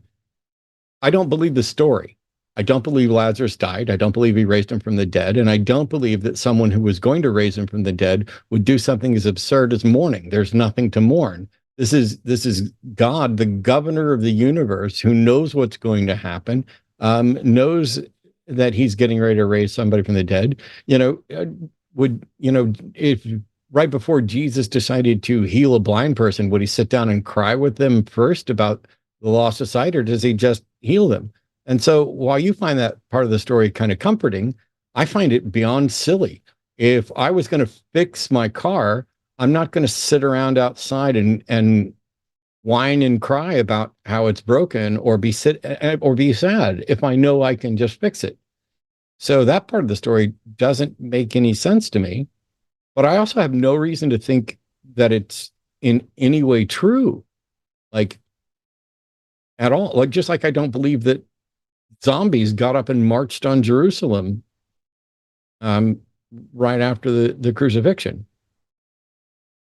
And it's like what you see, and I don't want to pick on you or anybody else, but what you're doing is something that I think I did back when I was a believer, which was say, oh, I already believe the story, whether it's true or not. So let me see if I can make sense and find something good in this. It is. I shouldn't do this because I'm working on addressing some people advocating for non-religious spirituality, and I find it to be vile woo garbage that is an attempt to religion set up a whole bunch of false expectations, and rather than being able or willing, because I don't get to decide what somebody else is, up for, to say, hey, those false expectations, I need to find out how to let those go. I need to learn how to come to grips with those things. Instead, they want to keep those false expectations without hanging on to the religion. So it's like, oh, I'm not a Christian anymore, but I'm spiritual. And by spiritual, I mean this or that, or I don't even know. It is, and so it's a bit, for me, it's a bit of dishonesty, which is, irrespective of whether the story's true, let me see if I can find some value in it.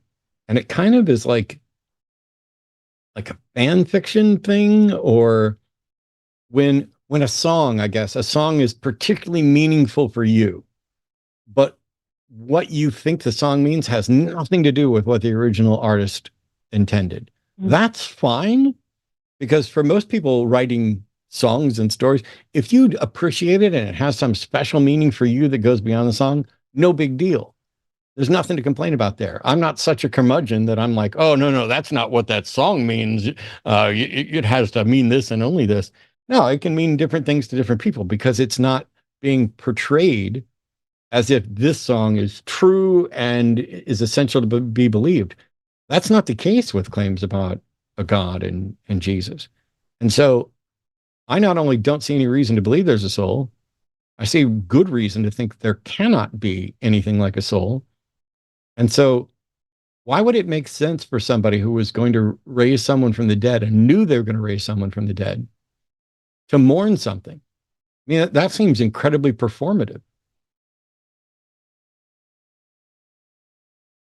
Point taken. That was a lot. So I'll probably have to go back and listen to this That's fine. again and think about it. But okay.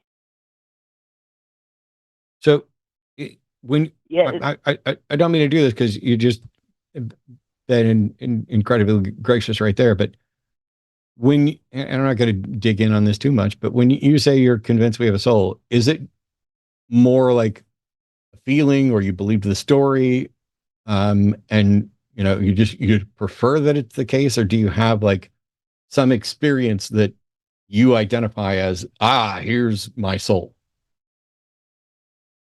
I think that it would be a mixture of a feeling, and it would be comforting. It would be some of just that is a comforting thought. It would be some of anecdotal, like personal experiences I have. And, I know this might be petty, but sometimes, and I know you used to be a Christian, so I don't know if you would, there's a part of me that when I look at the state of the world right now and I see a particular person in charge who to me is so heinous, I hate thinking that there's not a soul, because I just am like so appalled by just people doing bad things and there never being any repercussion for it. And maybe, I don't know if that's a good or bad thing, but, I have grown up with, the righteous are going to be vindicated and there will be justice for the people that are bad. So I'm very in that mindset, and I realize that. So to be perfectly honest with you, like that's a part of it too, just a part of, I a part of the appreciate paradigm that I am in. Yeah, no, I appreciate that. I wish there was a hell for some of these people to go to. However, I can also shoot all of that down, because the biblical perspective says nothing at all about people getting what they deserve, like the good are going to be rewarded and the bad are going to be punished. As a matter of fact, your works are largely irrelevant. You are either selected by God or you're not. And that means that our fascist, I'm going to skip it, all the things that could get me demonetized. The orange monster might get to go to heaven while I'm in hell. And under most models of Christianity, Hitler is in heaven and Anne Frank is in hell. Yeah, you're right. And Jeffrey Dahmer, who got last minute redemption according to him, is in heaven. Yeah. That Christianity is not a system of justice at all. Perfect justice is people get what they deserve. God specifically suspends justice because that's what mercy is. God's giving you something you don't deserve. Nobody deserves to go to heaven under Christianity, but God lets some people in anyway. And his reasoning and justification are his own, and they're unclear, and they have nothing to do with how worthy you are, because for all have sinned and come short of the glory of God. None of us are worthy, not one, but Christ. And so in this notion, you don't have a system of justice. You have no hope of justice. And what it also means, when you take into the other verses, like in Jeremiah, where he says, before I formed you in the womb, I knew you. That means that in some respect, either as an idea or as a soul, you existed and you were shoved into this reality, into a body, and you don't have access to anything other than this reality. You don't have any way to demonstrate that you are a soul or a celestial being, or however you want to describe it. And you don't have any say in where you're going to be born, what you're going to be born into. You're probably going to fall into the religion of your parents. Everybody's going to have their different obstacles. And so I find, not only do I find the notion of a soul ridiculous, but I find no comfort in the idea that I am a soul with some capricious prick determining who's going to get to spend forever in a good place and who's going to get to spend why don't I get to decide? Oh, you do, Matt. You do. You've turned your back on God, and therefore you're going to be, I don't know, for the people who don't believe in literal hell, they think I'm going to be annihilated. I'm okay with being annihilated. Annihilation is preferable to heaven or hell under my model. So, and see, when I say that, there are theists who smugly think they've just made a great point. And they're like, yeah, Matt, God knows that. That's why he won't show himself to you. See, he's giving you what you want. You're going to be and I'm just like, wow, you're just patting yourself on the back for making up some bullshit to justify, when, if there was a God, and that God had some plan or cared about me at all. Like if I, a book that I worked on, it's called If I Were God. And one of the things I point out is, if I were God, there is no one who would ever have reason to question my existence. The only thing they would have to question are the same things we question with other people. Like, I have no doubt promise exists. Mm-hmm. I have met promise. I'm pretty confident in not having very many doubts about her character. But I have to recognize that I've been lied to and duped before. I've had people who I called my best friend, a person that I called my best friend for a while, turn out to be an absolute lying, fraudulent piece of garbage. Yeah. I've been played. We've all had some kind of experience like that where there's been some betrayal somewhere. But I'm as confident as I can be about anything. Granted, I might be the only thing that exists. I can't solve hard solipsism, but promise exists, and promise is good, and promise is my friend, and I'm confident in all those things. But did you like my timing of disappearing off screen for just a second? but I'm not so confident in them that I fail to recognize I can be wrong. If I were God, everybody would have the same confidence about me, or greater confidence than I have about promise. Like, if I was a God, I would be able to give people not just affirmation that I am real, but that the character I am portraying is also real and not a front.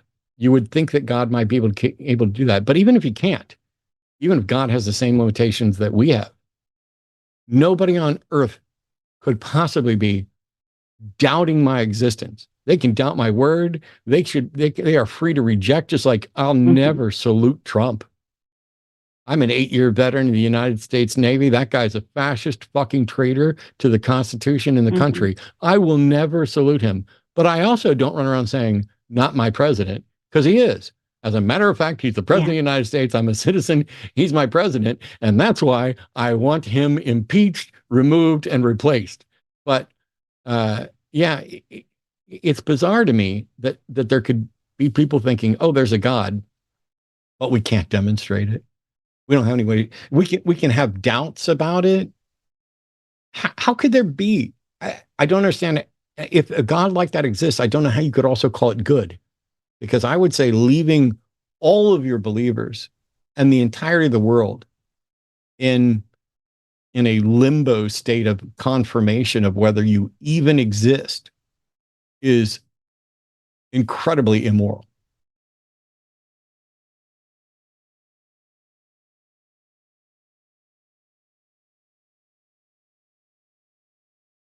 And I could be wrong.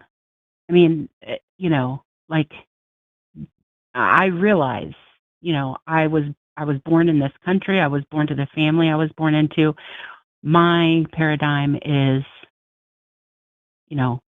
a certain one, and I'm not so arrogant as to think I'm totally right. So I'm taking in everything that you're saying, and we'll make notes over it and really think about it. Because you make really excellent points, which is why I watch you a lot. And you ask really hard questions. That's how I got here. I'm only asking the same questions I asked of myself and that Promise to ask to herself. So, Janet, I appreciate I appreciate your thoughts and your kind words. And just keep thinking and keep asking. I will. And thank you for your time. You bet. And for anybody else who is in shoes like Janet's, where you are, hey, I believe, but it could be wrong, and I'm finding these questions and challenges interesting and value, if for no other reason than they're provoking thought. I also want to point out that we, in many ways, are partnered with an organization called recoveringfromreligion.org, and there is a website you can go to There are people to chat with, both on the phone and in web clients as well. And so and they're not going to try to talk you into being an atheist. That's not what they exist for. The reality, and you'll hear more about this in an upcoming fundraiser, but the reality is that if you're in religion, the people that you go to talk to about your doubts and your concerns almost always have a bias that is not going to be beneficial to you actually questioning. So, for example, when I was a Southern Baptist, if I had questions about my faith, about the justification for it, I went to my ministers, my parents. I have an uncle who was a medical missionary. I went to him with questions. I had friends that were in ministry, including one of my best friends growing up was a youth pastor. After we graduated, he went on to youth pastor and I went into the military. And I would go to those people. You know who I never went to during that early period of time? An atheist, a secularist, someone from a different religion, someone who did not identify. Like, I didn't even branch out too much beyond Baptists for the most part early on. And it wasn't until I started interacting beyond that I had to go, oh, wait a minute. I've not branched out enough to ask questions of people who disagree, which is so funny when people are, calling, you're in an echo chamber and you blocked me on Facebook because you're in an echo chamber. No, I spend more time engaging with people who disagree with me than anybody who's ever accused me of being in an echo chamber. I'm not on social media too much anymore anyway, but when I'm on social media, I usually am not interested in having the arguments that I might have on the show because I do this a lot I do this a lot online outside of social media. And it's when you branch out from there and start talking to people who don't believe what you believe, that's when the challenging starts to get serious. When you figure out that Jews can tell you what's wrong with Christianity, Muslims can tell you what's wrong with Christianity, Jews and Christians can tell you what's wrong with Islam, Christians and Muslims can tell you what's wrong with Judaism. And those are just three branches from one Abrahamic tradition who all know bits and pieces about what's wrong with all the rest of them. And then you can point out why those people can point out what's wrong with Scientology, what's wrong with Hinduism, and all these other things. All atheists are doing is agreeing with all of them. Everything that you say is wrong with these other ones, I agree with you. It's not just, oh, I believe in one less God than you. No. I take in everything that you all are objecting to about each other, and I say, you're right. Now point that back at yourself. Wild. All right. We got a couple of godless heathens on the line. And, by the way, it's now 10 minutes to 3 here in our central time. I have the schedule of upcoming shows for this month. Today on the Sunday show, it's me and Promise. And when we're done at 4 p.m. Central, so an hour and 10 minutes from now, I think there's a Calling It Now with, is it Jovan and Forrest? I don't actually see that on my schedule. Okay. So Jovan and Forrest on yes, at 4 o'clock. And then at 7 o'clock tonight, Justin from Deconstruction Zone and Owen Morgan will be on to do the Sunday show after dark. But that's just today. Tomorrow, Mondays, are Skeptalk, and at 6 p.m. tomorrow, we'll have Erica Gibbon and Aaron Ra on. And if you have questions or thoughts about science, and in this case, you're talking to people with degrees in biology and in biological fields as well. So if you have thoughts about evolution and creationism, things like that, tomorrow is the absolute best time to call. That's 6 p.m. Central. They're going to have the answers you're looking for and some answers you're not looking for, including the answer of, I don't know.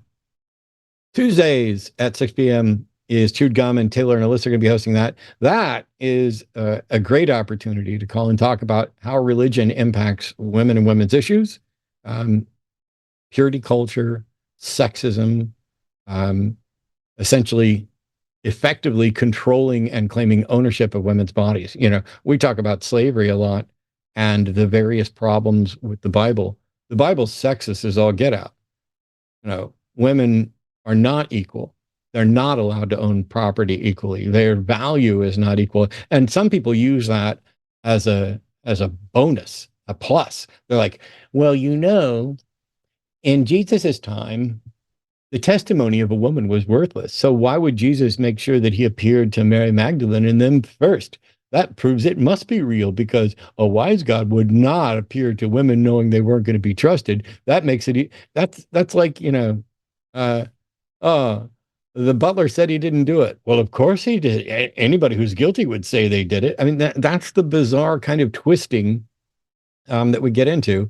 But this show focuses on sex, sexuality, and womanhood in general from the standpoint of religion's impact on it. On Wednesday at 6, you'll sense a trend here, 6 p.m., 6 p.m., 6 p.m. Central. I'll be on the hang up with Blitz, and I'm going to have some questions that Dr. Blitz, sorry, who I know most of you are probably familiar with and watch on occasion. A PhD friend of the show, who I'm going to be talking to about both the Artemis mission, and I have some questions about relativity to ask, and you might have some as well. On Thursday, the Transatlantic Call-In Show, if you are transphobic or have been accused of being transphobic and you're either proud of it or don't want to be, that's a great opportunity to call in and talk to some actual real live trans folks who can tell you what's wrong with you, or at least ask you what's wrong with you, but can actually help. And also, if you're trans or you have questions about trans rights, trans issues,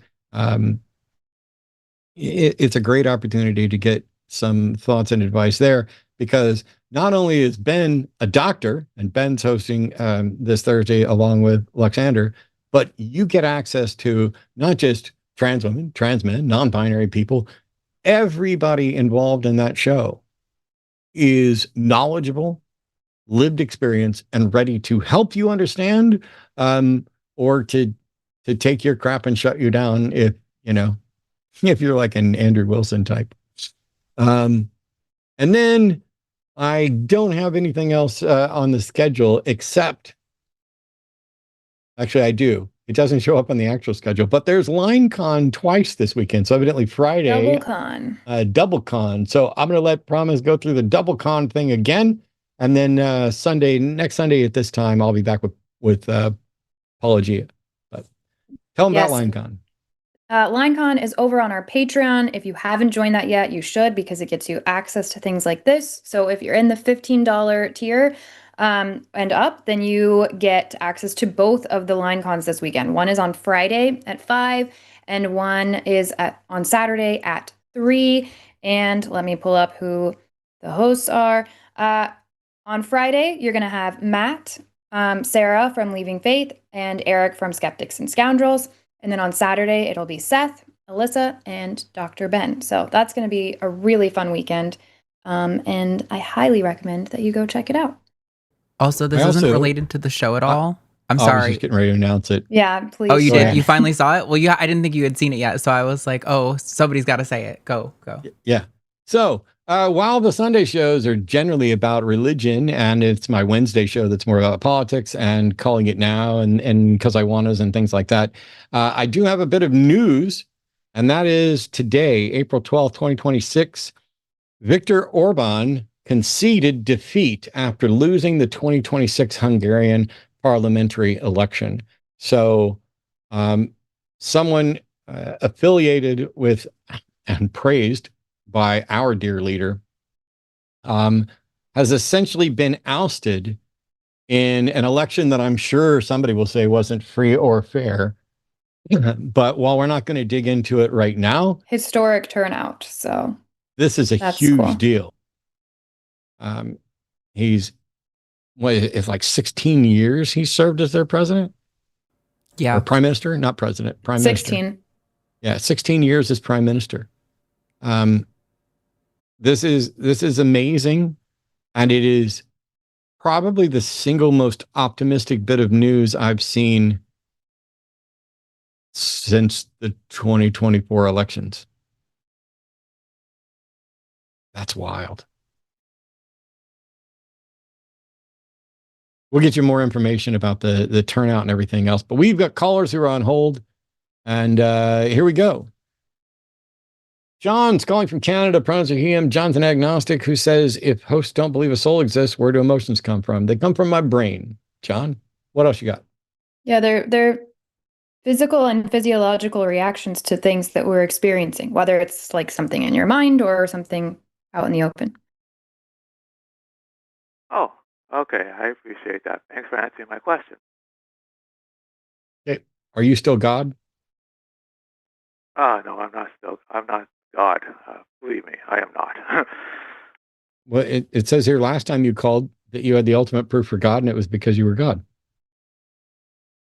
That was a different show, and I'm now claiming to be God. But I'll let that as a question. I'll let. So you're not claiming to be God anymore. I never claimed to be God. You never claimed to be God? Okay. Okay, I would say something to promise. Can I say that? Well, hang on. What do you want to say? Is this about feminism? I want to talk. I want to tell you. I'm sorry, John, but you're talking to me right now, and I'm rescuing my friend who may not have any interest in speaking to you. Is this about feminism? No, it's not. Okay. What's it about? I'll have to congratulate her on her marriage. That I just said. Goodbye, John.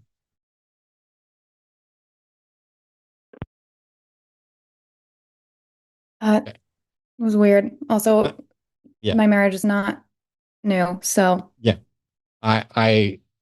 This is thank you for that. For those who don't know, John is a 26-time caller. And there are some things that, aren't relevant to the show. And there are some callers who seem to have problematic interest in different people involved with the show. And so originally today, John had called in wanting to talk to Promise about feminism. And because she's a feminist. And I said, when Promise said, we have private discussions behind the scenes, said she'd rather have him call some other time. And I said, well, I'm a feminist, so let him ask me. And then he changed to where do emotions come from? And what I find really strange with people like John is, John asked a question, if there isn't a soul, where do emotions come from? And I preemptively answered it with it comes from my brain. And John's just like, oh, okay. This isn't somebody who's actually curious or knowledgeable or wanting to have a discussion. This is somebody who thinks we're his friend. And we're not. I'm friendly. I'm glad you called. I'm happy to correct things. But I don't need you to call in and be weird. And to congratulate someone on a marriage that it's not like it just happened. Hey, Arden and I have been it's not like together. It's relevant at all. And it's not like I talk about anyways, continue. Arden and I have been together it'll be 5 years. We're 2 months away from 5 years. Congratulate us on that? Oh, I no, do. because it doesn't make any sense to congratulate me in April for an anniversary in June, or for, I'm so glad don't get me wrong. I'm glad we got together. And I know the other people who are glad we got together. And but how weird. That's just weird. Yeah. Thank you for having your weird radar going. On that note, here's one where I won't save you at all. As a matter of fact, I'm going to throw you to the wolves. Deja is calling from somewhere in the U.S. Pronouns are he, him. Deja is a theist who wants to have a conversation about the benefits of faith. Hey, Deja, how are you? I'm doing well, Matt and Promise. How are you? Not Doing bad. all right. What are the throw me benefits to of the faith? wolves? I had a conversation with Justin from Deconstruction Zone probably a little over a month ago, and to be fair, I was eaten alive, but it was also my first time on a YouTube live with 1,500 people and first time ever trying to engage in a debate, which I invited him to just lead a discussion, and that's kind of what I would ask of you guys today. No, it's fine. I didn't mean I don't know He you meant at all, throw me Deja. to the When I wolves. said throw her to the wolf, Oh, okay. I didn't mean that you were actually a wolf. But it's nice Yeah, for you he's to. talking about me having problems, which I might. I'm so tired right now. Oh. I'll that go last ahead and call say, was a little awkward. yeah, it was. But I will go ahead and say, just based off of like it says here, you want to have a conversation about the benefits of faith. Personally, I don't really care, because we could also talk about the benefits of some other Wishful untrue thinking? or awful thing. Yeah. A lucky Or feather? right. So, because there can be benefits Right. to some terrible things. So Mhm. I don't know. Maybe Matt will want to get into it more, or maybe there's somewhere else you want to take the conversation. But Well- I just want to go out and put my cards on the table as far as that's how I feel about this whole conversation about, yeah, but it helps some people. And it's like, cool. I don't know. Let's try this, because Deja, when you say benefits of faith, do you mean faith as an epistemology, or faith as in the substitute for like, Christianity is my faith, or I have faith that leads me to Christian? Which faith are you talking about? Fair question. Yes, epistemology as like a theory of knowledge. So, not to like try to isolate myself, but I do see myself as a unique kind of theist and Christian, just because of my background of experiences. I did not live the typical Christian life. I went to church for about 7 years after a radical conversion at age 17. I'm 35, by the way. And then I learned about psychedelics through a fictional book idea I had. And after about a year or two of studying them, I started exploring the usage of them. And I experienced altered states of consciousness. And in one of those in No, you didn't. particular, I was, go ahead. No, you didn't. You just got high. So I'll just do this. I've taken lots of psychedelics over the years. It's been a while, but I'm a magician, and I have friends who are hypnotists, and I have hypnotized people before.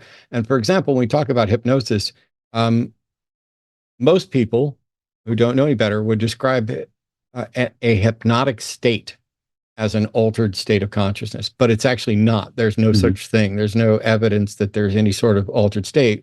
What there is a play acting, a contract agreement to play act, where, as long as you believe, you're not the one in control, you're not going to be responsible, and it frees you up to do stuff. I'm not aware of anything that could be pointed to with psychedelics that is an altered state that in any way, I mean, yes, your brain is chemically altered, but I don't know how we can describe that and confirm an altered state. Like, what a lot of people mean by that is that they've tapped into or touched upon something grander and more real, and there's never any demonstration that what they touched is real at all. It's just getting high.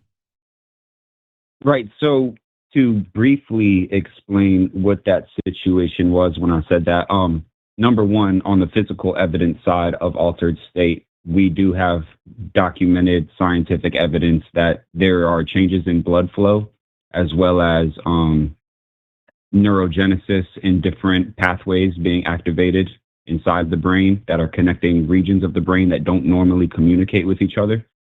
I know all of that. I know all of that. None of that is a difference. I mean, blood flow isn't a state of consciousness. It isn't an altered. I mean, the body is physically altered by chemicals it takes in. That does not mean that there is a different level of consciousness for one to attain with psychedelics, I guess is my point. Well, consciousness is a sensory experience, according to what I've experienced. And so altering that sensory experience or sense of self or sense of experience that the self is undergoing subjectively, that's what I'm referring to as an altered state of consciousness. Okay. What's this have to do with faith? So, in this particular altered state of consciousness, and when I say that because I had these wood grain paneled walls that began melting in my vision, and what it confronted they're me my with was what favorite. I had learned about. I'm sorry? Wood grain's my favorite. That's where Super Strawberry came from. When I was on acid at a beach house, I was sitting on the toilet staring at the wood grain on the back of the door, and a knot on the board came to life as a superhero, a strawberry superhero with a big S and a cape, and it flew off of the door and did a lap around my head and then slammed back in the door. Wood grain's awesome for that. Sounds pretty intense. Yep, but I don't think it was real, and I don't think there is a Super Strawberry realm that I was connecting with. Right. Okay. What I was confronted with when I saw the wall melting, as it were, was the information that I had learned from neuroscience in my prior years, that we are receiving photons into our eyes and our brains are interpreting electrical signals and then reconstructing the world. And that information became a visceral reality that I was experiencing personally during this time. And what it did was, you think there are personal realities? I'm saying that I was experiencing reality from my personal subjectivity in a very new and profound way. That was I'm sorry? Isn't all of our experience of reality a personal subjective experience? Yes. Okay. I'm still trying to get to what this has to do with faith. But I'm getting into it. So when I was confronted with the idea that my brain is actually reconstructing the world outside of me and placing me in it, such as we do in dreams, then I was what they call the it's a form of ego dissolution, but there's I'm slipping on the wordage right now. As Alan Watts spoke about it, one of them is where you become so grand that you think you're God in the universe, and the other one is you become so isolated that you think you're alone in the universe. Yeah, and Alan I was Watts in got the high a state lot. of the aloneness. I'm sorry? No, I'm just saying Alan Watts got high a lot, I guess. How is this getting to faith? So when I was in the state of aloneness, I was contemplating through what was worthwhile to stake my existence on. And I was contemplating this for about 3 hours, going through many different things. And there was a cross at the top of my room that I kept looking back at and contemplating Jesus. And I just convinced myself at that time, I'm just being completely honest, like that love was the ultimate thing that I could stake my existence on, if there was anything to stake it. Okay. So I still don't know what this has to do with faith yet, but I don't know what it means to stake your existence on something, and I don't know why a cross would make anyone think of love. That's not completely true, but I'll get to the point. But the cross of Jesus Christ sacrificing his life for he didn't sacrifice anything. He didn't sacrifice anything according to Christianity. He gave up like a day and a half. He gave up like a day and a half. And you could kill me permanently if there was a guarantee that it would end starvation and suffering in the world forever. Jesus didn't give up anything. He started off as God. He's God, according to the story. What did he give up? A weekend? Would you die for a family member or a friend if it meant saving their life? Do I get to come back and be God the next day?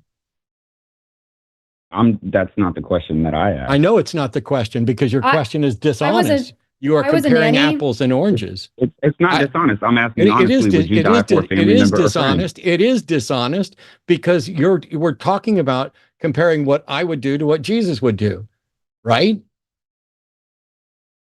No, the next point I was going to be is that if you would die for a family member or friend, wouldn't that be an act of love? That was going to be my follow-up question. So I was in the Navy for 8.5 years. I took an oath to protect the Constitution. I was ready to die to protect not just a person that I knew, but people that I didn't know. That was part of what I did. And I volunteered to do that. Service. Thank you. Is that better than what Jesus did? I think it's on par. No. How can it be on par to willingly put your life at risk for people you don't know and to potentially die, possibly, I mean, seemingly forever, and maybe spend eternity in a hell? How can that be on par with giving up a few hours out of a weekend and you get to be God before and after? I was saying on par in the heart of the matter of willing to give up your life for others. Jesus didn't give up his life. To die a brutal death at the hands of executioners is not giving up life. He came right back. Suffering. He literally didn't give up, and he was gone for a day and a half. So I guess he missed whatever was happening for that day and a half, but he didn't give up anything. And who decided that that would even need to happen? God. Yeah.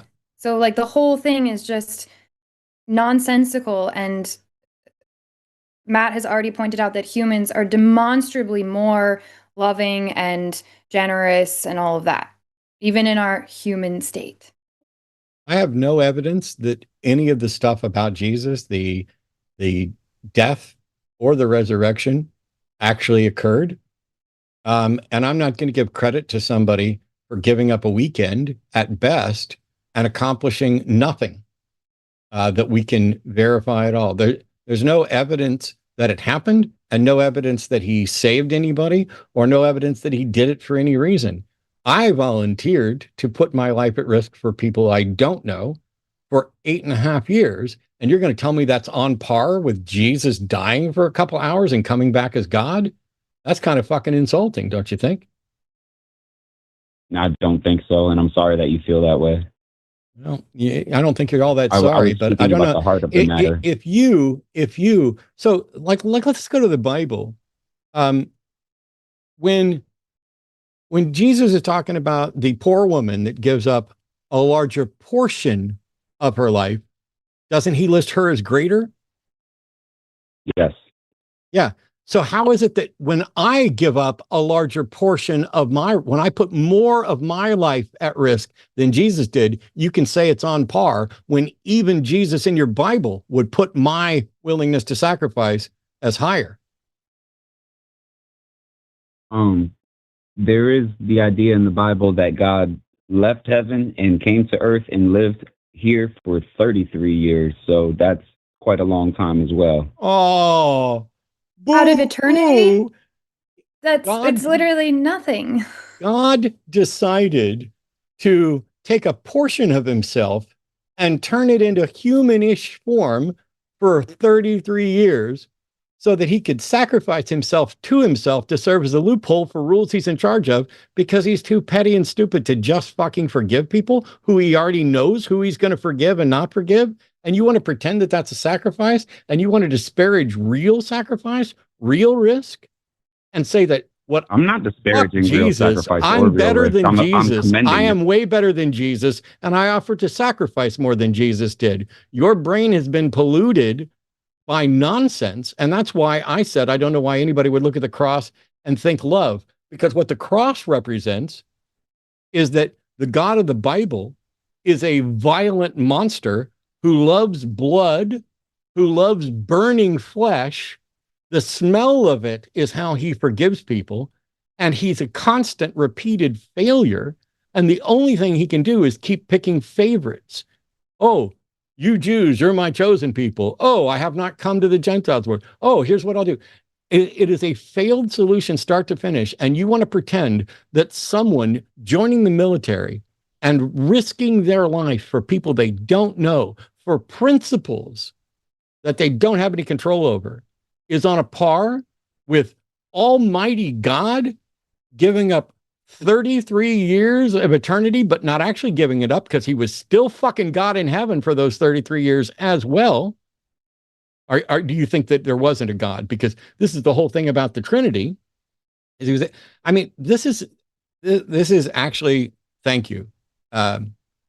It's incredibly interesting to watch, as a former believer, to watch the sort of immoral, offensive cartwheels that I would have done and probably did do, and that you're doing right now, in order to pretend like a story that you don't have evidence is real, is more valuable then one you do have evidence is real.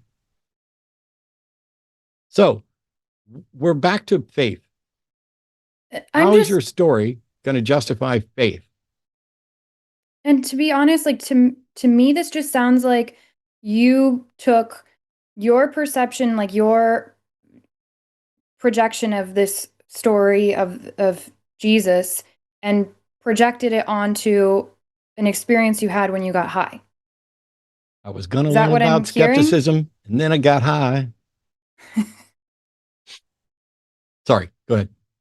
Like, it sounds like you used the frame of reference you have, which is apparently that you found meaning in the story of Jesus, even though Matt just pointed out reasons not to, but that's something you've apparently found meaning in. So it sounds like you just have projected, like you've needed to understand, or that's just like what came up when you got high, because that's something that you've perceived as meaningful. Is that what you're telling us? Yeah. This is also happening in the course of like a 15-minute conversation, and you guys are making assumptions about one story of my life that I chose I'm to asking you divulge. a question. I'm asking a question. Can you restate it one more time? Are you going to listen this time instead of pretending like we're making assumptions? You weren't listening last time. You were busy preparing your whininess about us making assumptions, which we're not making. Promise asked you a question. You're calling me whininess. I'm not whining. You are whining. I'm smiling. Okay. So my question... You think you can't whine when you smile? You think you can't be disrespectful when you think you're being smugly respectful? Promise ask you. Here, I go think ahead. you've I'm been sorry. pretty smugly disrespectful. Just pay a fucking attention and answer the question. Yes. Oh, thank you. So my question is this not just you having an experience on drugs and filtering it through, or vice versa, your perceived, the way that you think Jesus' story is? Like, you think that story is valuable to you, you think that that is representative of love, and now you have this experience where you get high and you are mixing the two together and finding more meaning out of each of those because of you cross-hatching between them, basically. Is that not what this is? Yes, you're correct. That is what it is, and I'd like to add to that. Okay, cool. I'd like to add that that's exactly what each and every one of us is doing, not maybe just with faith stories, but also with scientific evidence in the way that we rationalize our experiences in logic. So I have a question. Have you ever come across a book called The Metamorphosis of Prime Intellect? I'd rather stay on the conversation that we're having. If you're trying to convince us about something with faith, then can we talk about that? Or are we talking about we have to read this book on the metamorphosis of intellect? I am still talking about faith, because what this book purports is an idea. Okay, it doesn't about matter an if artificial... I've heard of the book or not. We have an audience of people that we don't know if they've heard of the book or not. So let's not go that way with it. I'm willing to explain it. Thank you. I'd rather you just explain your point that you're trying to make. If you want to quote a book, then you can do that if it's quick, but let's have the conversation, not like a PowerPoint presentation where you're like, well, you should go read this book and then figure out this and that and that. The point that I am heading toward is that everything that we do in life is on the foundation of faith as a strong conviction, not necessarily a set of beliefs in a religion. How do you define faith? As a strong conviction. That's not. So faith is not. Then we're just using words. That is not the definition we agreed to. That is not the definition. That is not the definition. That is not the. That is not the definition we agreed to when we started talking about this. I asked you if you were talking about faith as like, here's my faith is Baptist or whatever else, or faith as an epistemology. Faith as an epistemology. When we talk about faith as an epistemology, we're talking about a theory of knowledge. So wouldn't that be a strong conviction toward relying on a specific way of... No. Would you like to redefine faith? Faith is the excuse people give when they don't have a good reason for a belief. When you have a good reason for And a I belief, feel like that's a cop out, sir. okay, I don't That's care a what you cop-out. think. I'm still explaining it. You say what you think you- all the time. That's a cop out definition. Okay. Then why wouldn't you just say, why are you using the word faith? Why are you not just saying, I think that this is Because a in the foundation Webster's of deep dictionary, conviction? in Webster's dictionary, faith is defined as a strong conviction. Yes, that's one of many. But in the fucking Bible, how is it defined? As a strong conviction that adheres No, to it's not. faithfulness. No, it's not. Hebrews Yes, 11:1. Read absolutely it. it is. Hebrews 11:1. Read it. in the Greek. The Oh, word you want is me to read it in the faithfulness. Greek? You want me to read it in the Greek? I've read it in the fucking Greek.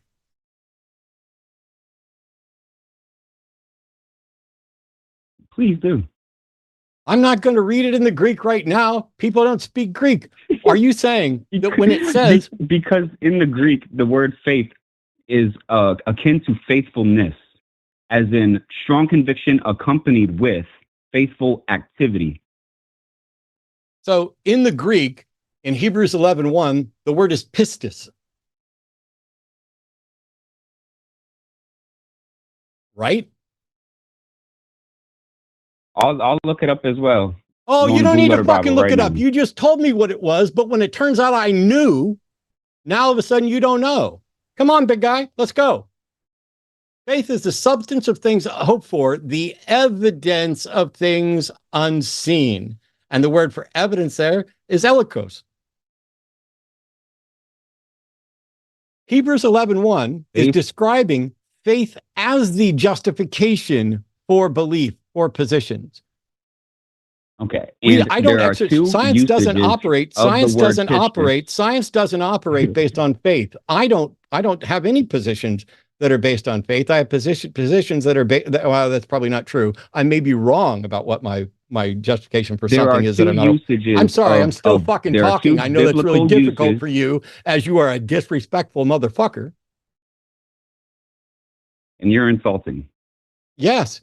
And I'm insulting a disrespectful motherfucker who shit on my service. I'm trying to who educate you stop on this talk- word that You you just don't get threw to out. educate me, motherfucker. I know this shit better than you, backwards and forwards. I just muted him. Thank you. I don't care to be educated by somebody who got baked and thinks that they can shit on my military service and pretend like somebody who's never been demonstrated to exist or do anything is in a better position. But Hebrews 11:1, faith is the evidence of things hoped for, the evidence of things unseen. When we talk about faith as epistemology, we're talking about faith as the justification. Because if somebody says, what is your epistemological justification for thinking that the earth is round? Well, we have a number of scientific models that describe this, and they account for all of the available information with the least number of outliers, exceptions. And we can go out and we can take measurements and blah, blah, blah, blah. My epistemology, when it comes to something like the shape of the earth, is the empirical evidence that supports it directly. What is my epistemology on whether or not something is morally permissible? That is based on a foundation which is subjective and could potentially be arbitrary, and evaluating non-subjectively the consequences of actions with respect to those targets, those goals. When somebody says, hey, I believe that God is real, they're not pointing to anything, any epistemology that relies on empirical evidence, that relies on sound arguments, that relies on arguments of valid structure.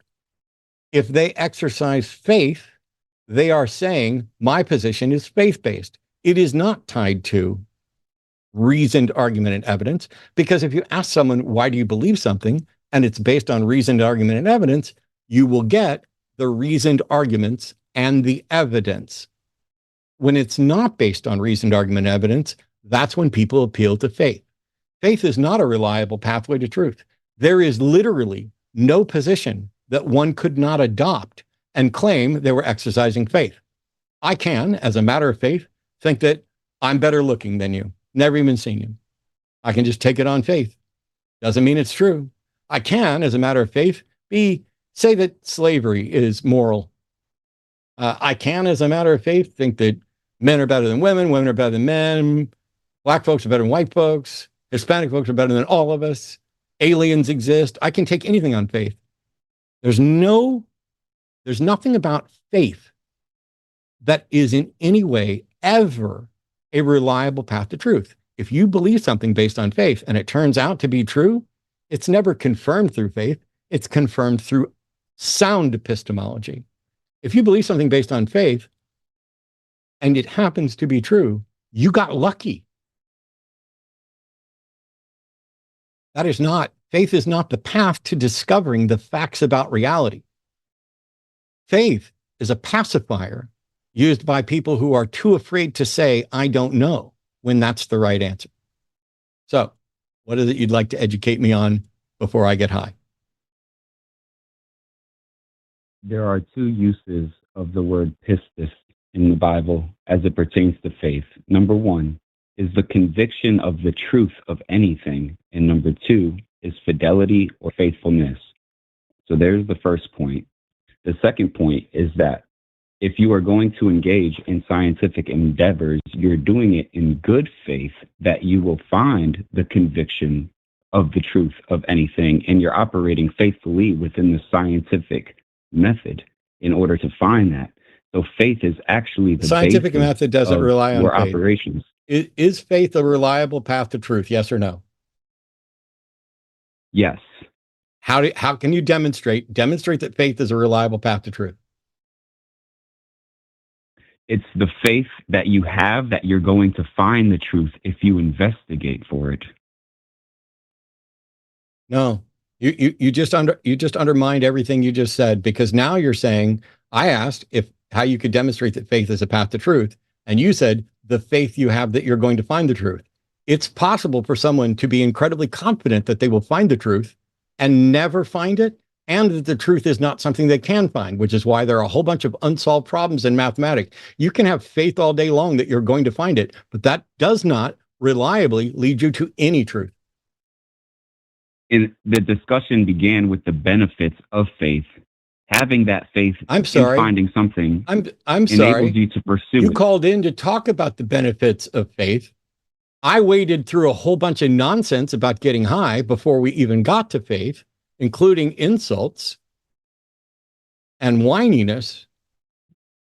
Because what are you the feel benefits? insulted because you're so egotistical and insecure. No. It's Why because are I'm you take right. something It's that because wasn't I'm meant to be an right. It's insult not as because an I'm insult. egotistical. It's because I'm right, and I'm demonstrably right. So you're sitting here saying That's you called want to talk hubris. about I'm sorry. Yes, it's hubris. Oh my God. Suck it up, buttercup. What are the benefits of possibly being right and possibly being wrong? Having the courage to investigate. I have no problem with the courage to investigate. That is not faith. Can I ask a question real quick? Let's say you're right and we're all just living off of faith. Now what? What's your point? I'm saying that there's great benefit to having faith in that if you operate also in wisdom and in patience, there are So many then more we're not benefits yet to operating out of come. faith. That is, I don't understand how you're even making this argument. You're not operating off of faith if you're using other things. Faith is supposed to be what takes the place of everything else. Do you think somebody should believe something because they have good reason to, or just because they want to? Because they have good reason to. Okay, so then you're not even advocating for faith. I feel like you've just changed the definition of some things, or you're just using like the term in good faith. I literally gave you That's just Webster's that's it. definition of faith and then the biblical usage Right. of the word faith. And you were wrong. I'm sorry. I'll stop talking. And both of them deal with conviction and fidelity, faithfulness. But you've also ignored every other part of the definition that religious people consistently use faith for, which is to bridge a gap between having a good reason and having no good reason. So you've done away with that. So you don't even agree with another. If another Christian were to call in and tell us, I believe on faith, we'd say, okay, That's not a good reason. Do you have any other? Nope, just because. And you're saying, well, no, that's not good enough. You need faith and wisdom and other things. Therefore, it's not faith. You're saying like, well, you need an imaginary friend. And we're like, no, you need real people around you. And you're like, well, yeah, you need real people too and the imaginary friend. Why? What? Of course now you feel like you have community with an imaginary friend if you also have real people around you. If we have good reason, what does faith add? Ask your question one more time. I missed the last word. If we have a good reason to believe something, what does faith add? If you have a good reason to believe something, what does faith add? Faith is the belief, the conviction. No. The belief is the belief. I believe things. I am convinced to varying degrees of confidence. I am convinced for good reasons and bad reasons. None of that is faith. That's literally the definition. None of that. Faith. I'm sorry. None of that is faith in the sense of epistemology as a justification for the belief. Your confidence isn't the justification. Your trust isn't the justification. The fact that pistis and faith talk about fidelity and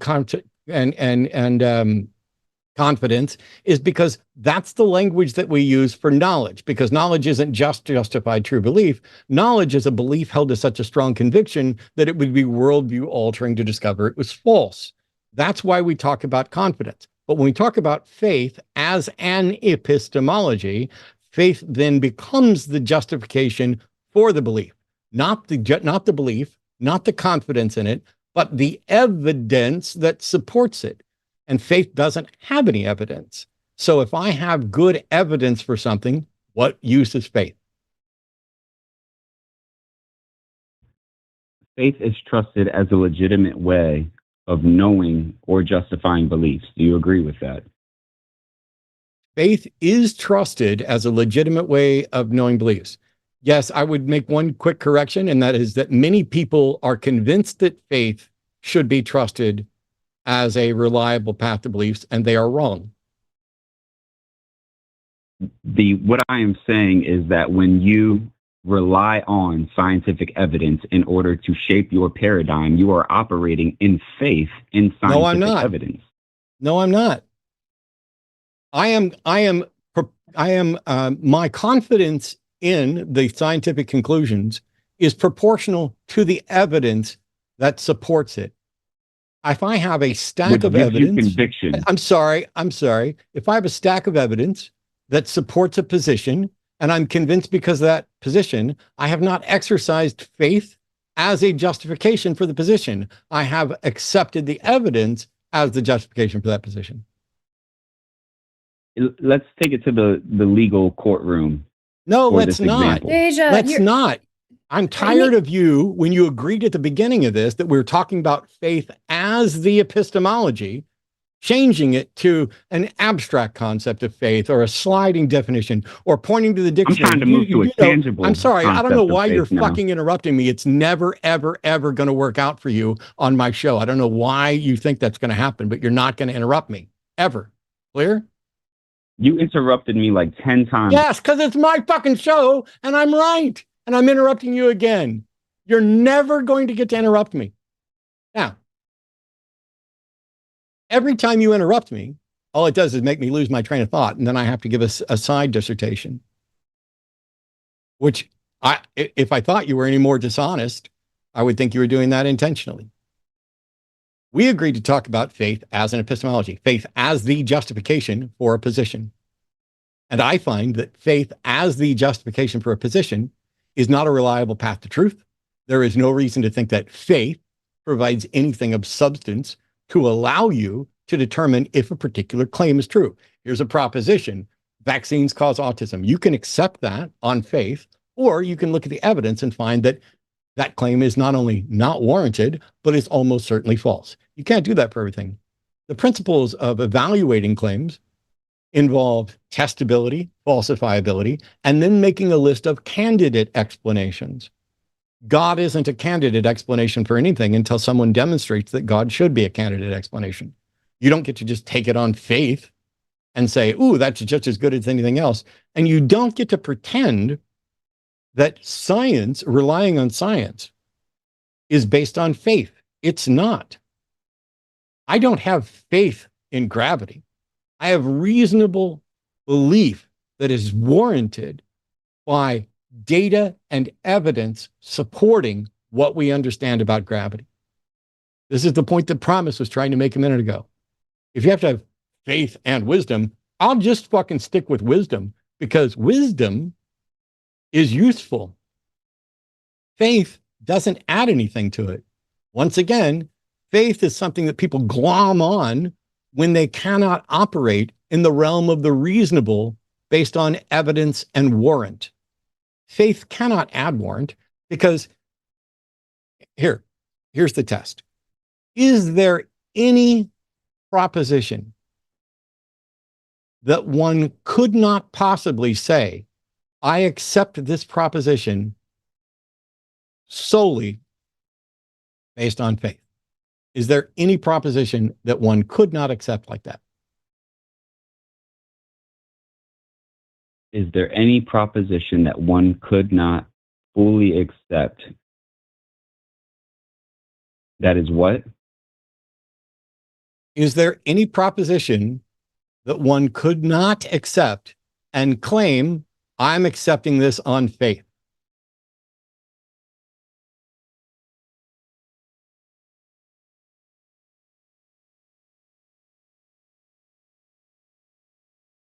You're saying, is there any proposition that one could not fully accept and claim, I'm not accepting this on faith?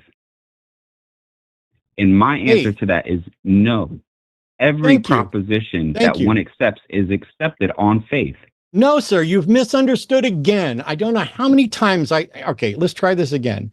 I'm not saying every proposition is accepted on faith. I don't accept any propositions on faith. What I'm saying is there is no proposition that one could not claim faith as their justification.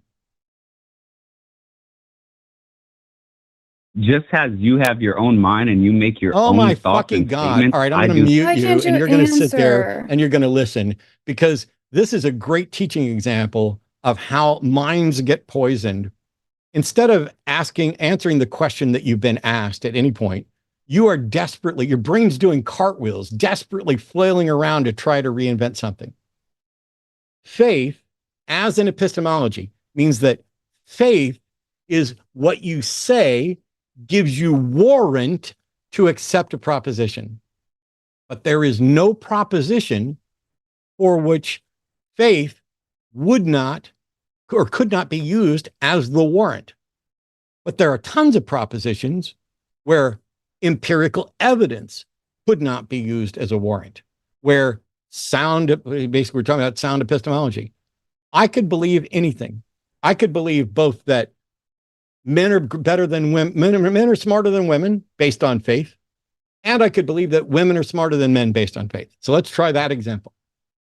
Do you agree that it's possible for me or anybody, let's not make it personal. Do you agree that it's possible for someone to accept that men are smarter than women based on faith, and for someone to accept that women are smarter than men based on faith, that both of those are possibilities? Do you agree? Yes. Cool. If that's possible, then faith is not a reliable path to truth, because both of those cannot be true. And if faith can lead you to both positions with equal warrant, it is not a path to truth, correct? You're making the proposition that faith I'm sorry, can't be that included was a in the yes or no fucking Be question, honest. Deja. This is what I'm talking about You're how religion... You're asking a leading question. No, I'm not. I'm That was a asking an very actual question straightforward. to expose how religion breaks your brain. I made this as easy as possible. Is it possible for someone to accept that men are smarter than women based on faith? Yes. Is it possible for someone to accept that women are smarter than men based on faith? Yes. If one can accept two mutually exclusive, contradictory positions based on the same attempted justification, then by definition, that justification is no justification at all. It does not point to one conclusion stronger than another. That's what evidence does. evidence or the data and facts that point more strongly to one candidate explanation than any of the others. And when I ask you, can someone believe that men are smarter than women based on faith? Yes. And someone could also believe that women are smarter than men based on faith? Yes. And then when I ask you the follow-up question, does that show that faith is not a reliable path to truth? All of a sudden you want to claim that there's a problem with the question. It was a yes or no question. And what's happening here in your brain is that you fucking know that the answer is faith, if it can lead you to two mutually exclusive. Here, is there a justification which is a good justification that can lead you to two mutually exclusive positions?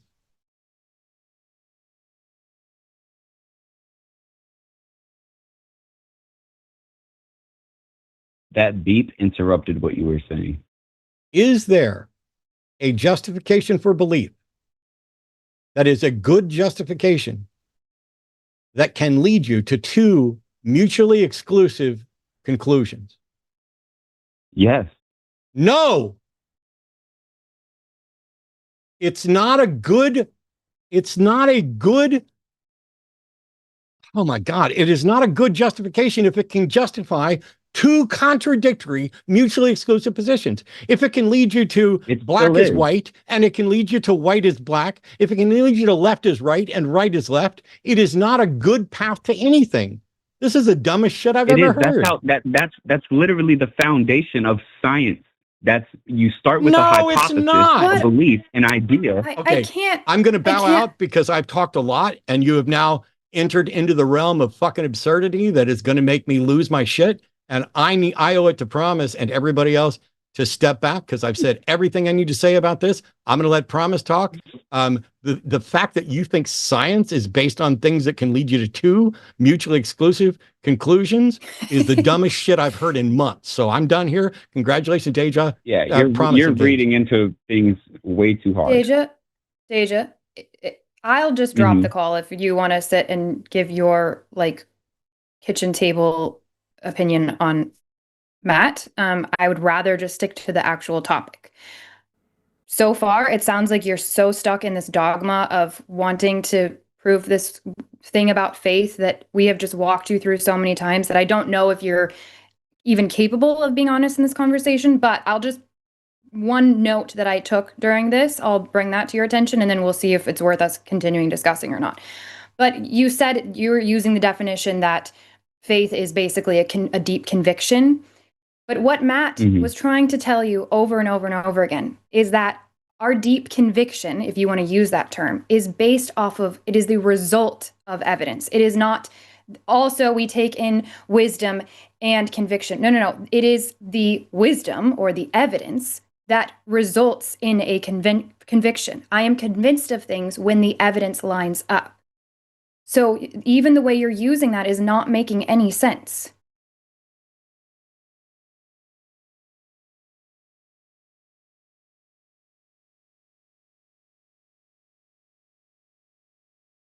Would you like to respond? I mean, you've made a statement, but I don't see a place to respond in. You guys keep making. Do you want to clarify? I'm not making sense. Do you understand what I'm saying? I'm used to having conversations with people where I say something, they say something else. I don't necessarily have to end it with a question mark. It's like a conversation back and forth, which you started the call saying that's what you wanted. So I'm trying to have the conversation with you. So I'm pointing out, hey, this is what I hear. This doesn't make sense to me. Now is your turn to say something back. Okay. I'm going to try to reiterate what I've already said. If he's gonna just reiterate something, we have another theist on the call we could get to and not beat this dead horse again. Oh, well, thank you for your time. Sure. I hope that you go back and listen to this. If there's a shred of honesty in you, I really hope you'll go listen and hear where you went extremely wrong and just started clinging to dogma instead of actually engaging in the honest conversation you supposedly wanted to have. But we will move on to the next caller. I hope that you guys stop using your closed-mindedness. You don't get to have the last word. Sorry. That was fascinating. But I guess we're just changing definitions of things back and forth now, and then we're not using them properly and all of that. Are you ready for the next caller, Matt? Cool. Let's talk to James. Hey, James, you are live on the Sunday show with Promise and Matt. How are you? I'm good. Can you hear me okay? We can. What's your question for us? Yeah, my question was just how do you ground your morality if you don't have a belief in a God or a creator of the universe that like guides moral principles? Matt, do you want to take this one? I ground my personal moral view in ideas of well-being that are rooted in factual evidence about our existence in reality and supported by empathy.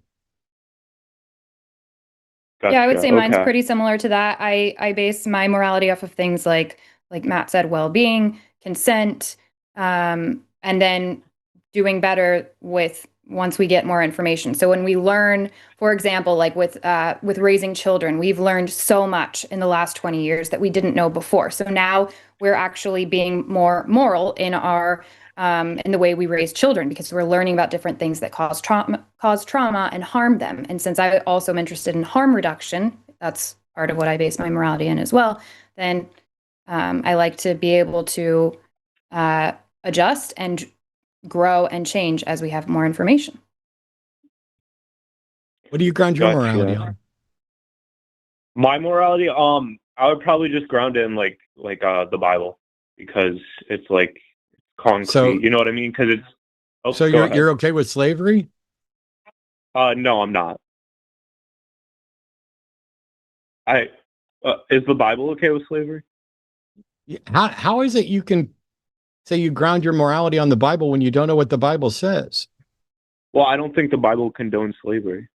Oh, it does expressly in Exodus 21, in Leviticus 25, also in Deuteronomy as well. Exodus 21 goes into great detail about who you can enslave, how much you should pay for them, and how you can beat them as long as they don't die within a couple of days. Yeah, well, you got to remember at the time it was a different time, and it was tough. I'm sorry. Oh, I'm sorry. Go everybody, you'll have to excuse me for a second, because everybody here is saying that you're an obvious troll, because you say you want to ground your morality in the Bible, and you don't seem to know what the Bible says. And then as soon as I tell you what the Bible says, you ignore what the Bible says and try to claim that it was a different time and a different way. So is it the case in your view that slavery used to be morally permissible and that changed at some time? No. Okay. So if slavery was never morally permissible, why does the Bible not only permit it, but tell you who to buy, who to enslave, how to treat them, how to trick them into being your slaves permanently? It has two sets of rules, one for Jewish slaves and one for non-Jewish slaves, for Gentile slaves. Why does the Bible go into all this detail sanctioning slavery if it was never moral? That's a good question.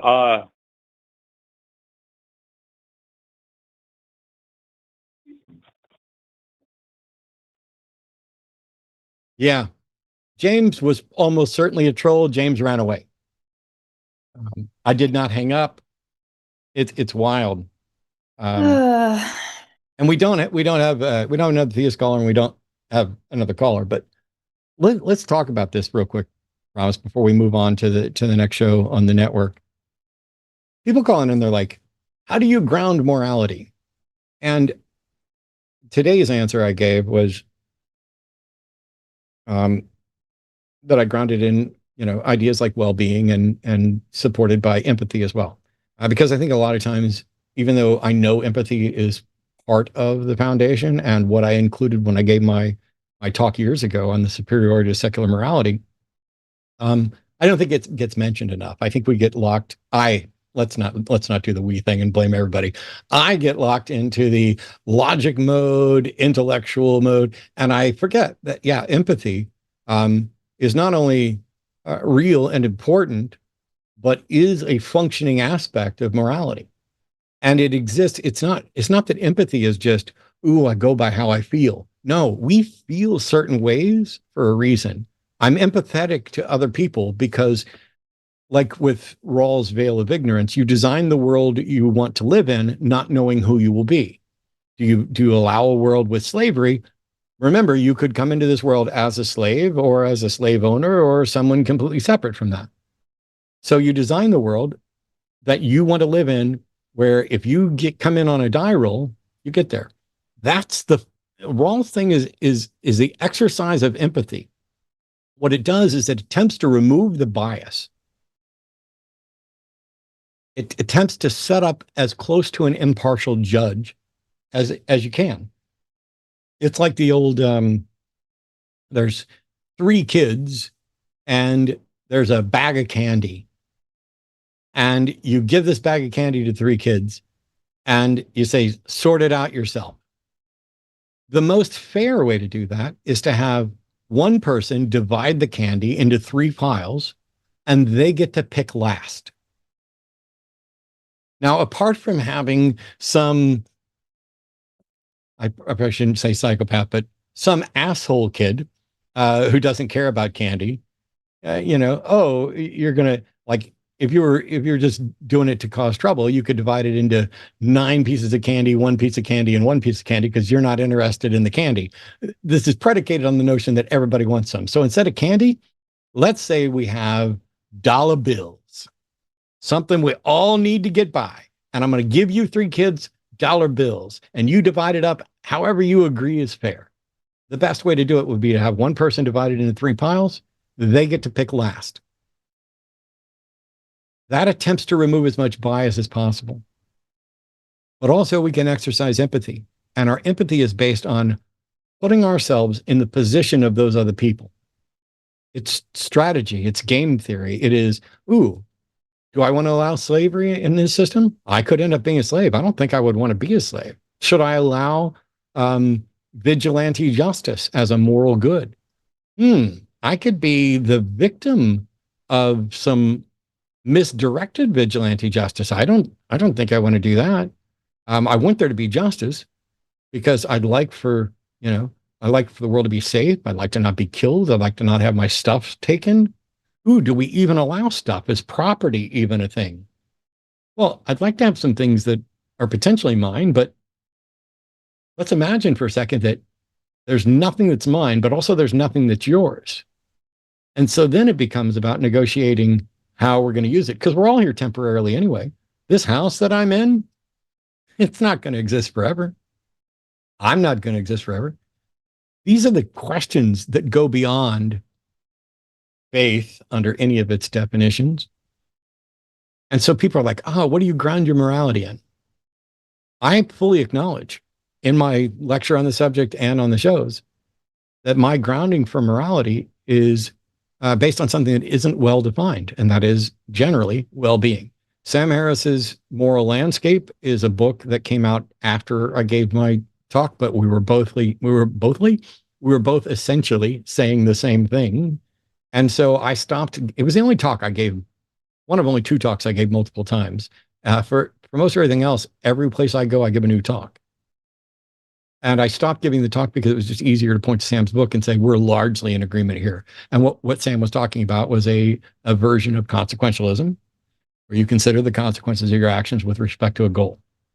What Sam skipped past when he went to the scientific justification, which I also skipped past, is people are asking, what are the goals? Because if if we agree on a goal, we can then make assessments. So you can play chess. Chess is a game of arbitrary rules, essentially. But as long as you agree on what the rules are, we can figure out what are good moves and what bad moves. And so when somebody calls in and they're like, how do you ground logic? I don't know what that means. I think that logic isn't grounded. Logic has axioms that cannot be demonstrated to be universally always true, but seem to be universally always true. And until such time as somebody demonstrates that there's any possibility they can be anything other than true, I'm going to keep going. It's like, what grounds the pen you're using? Well, nothing. I'm going to keep using that pen until it stops working. And as long as it continues to work, it's a reliable pen. So you have, like, for logic, you have identity, non-contradiction, and excluded middle as kind of three premises, which are tied up in a Venn diagram, and it leads to set theory, and then logic leads to math, and math leads to, all kinds of other deductive reasoning, and then that leads to inductive reasoning, blah, blah, blah. I'm getting way off track. I don't need a grounding beyond assuming things that work. They demonstrate their reliability consistently. And in order to prove that they weren't reliable, you would have to assume that they were reliable in order to show they weren't. Because how are you going to argue that logic isn't logical unless you're using logic? And this is why when somebody's like, well, based on your logic, no, it's not my logic. It's just fucking logic.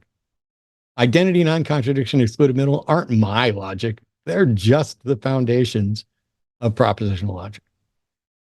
When somebody asks the same question about morality, how do you ground morality? I used to get hung up on that more because I wanted to view that question as just as absurd as asking what the foundation of logic is. But what they seem to mean is, what are the principles that you're grounding this on? And why are you picking those? And they do it for two reasons. One is because some of them would like to pretend that if I pick it, now it's not objective and therefore it's of no use. And the other one is that it puts them on no worse footing. Because if I pick well-being and you pick the Bible, hey, we both just said what our foundation is, and this is inconsistent with your foundation, and that's inconsistent with my foundation. See, we can't get to anything except that every time they do that, there's not a single objection or problem with secular morality that is in any way solved by appealing to a god or a religion or a book. You have no way to demonstrate that foundation is any different than, and you're relying on, to some extent, the fact that it's not any different from just making stuff up or having your preference, but you want to feel like it is. Oh, well, it's objective because it comes from God. Well, I'm not aware of any God. You haven't pointed to any God. You pointed to a book, as this caller did. And so I'm like, okay, if you're gonna root your morality in the Bible, that means you need to be okay with slavery. That means you need to be okay with sexism, because women aren't equal. They're not allowed to own property equally. That means you need to be okay with orders for genocide, orders for taking child brides, orders for having, not just orders, moral principles of having multiple wives and partners. And maybe polygamy is is morally permissible. Well, and it also means that you are giving up being able to improve upon your life, the way you live your life, when presented with more information. Because you're saying, no, I'm adhering to a dogma instead, even though it's one that's all over the place, and it's really arrogant to claim that you even can get one single message out of the Bible. But you're giving up your right to improve. And that's, to me, one of the worst parts about the supposed grounding in the Bible. I guess the best question would be to ask those people when they say, like, well, what do you ground your morals in? Well, can you ground morals in something? Like, is that is that even a good question to ask? Because I think what you said is better. Like, what are the principles that you follow for your morality? Yep. As opposed to grounding it. Every time they use the word grounding, I throw up in my mouth a little bit, because all we're really saying is, what are your foundational principles that you apply, and why? And I apply the foundational principles I do because I'm convinced they lead to a better world. But as Promise was pointing out, the one advantage, there are problems with secular morality, but they're not solved by a religious morality. But the one advantage is that secular moral systems have at their core the object of getting better at getting better. And revision is a built-in aspect. And revision is not built into God, the Bible. I know there's an Old Testament, New Testament, and Mormonism, and who knows what else. But generally, God stayed pretty quiet. Like, you can't prove that anything in that book comes from a God. let alone that the updates came from a God, which is why not all Jews are Christians. Not all Christians are Muslims. This is a bizarre thing. Anyway, we have made it through the show. Thanks to everybody. Thanks to our moderators. Thanks to our call screeners, our wonderful producer down the hall, who I'm going to go give a hug as soon as we're done. Thanks to Promise for joining. And you've got a book coming out soon. I do. It's still available for pre-orders. Help me break the charts on the whole religious charts thing. It's fun time over there. It's Give them called the name Gospel so they of can go Lies. pre-order it. Yeah, I have it. It's called Gospel of Lies. Check it out. Pause right now. Meanwhile, patreon.com/calltheline and linemerch.com. We'll see you later.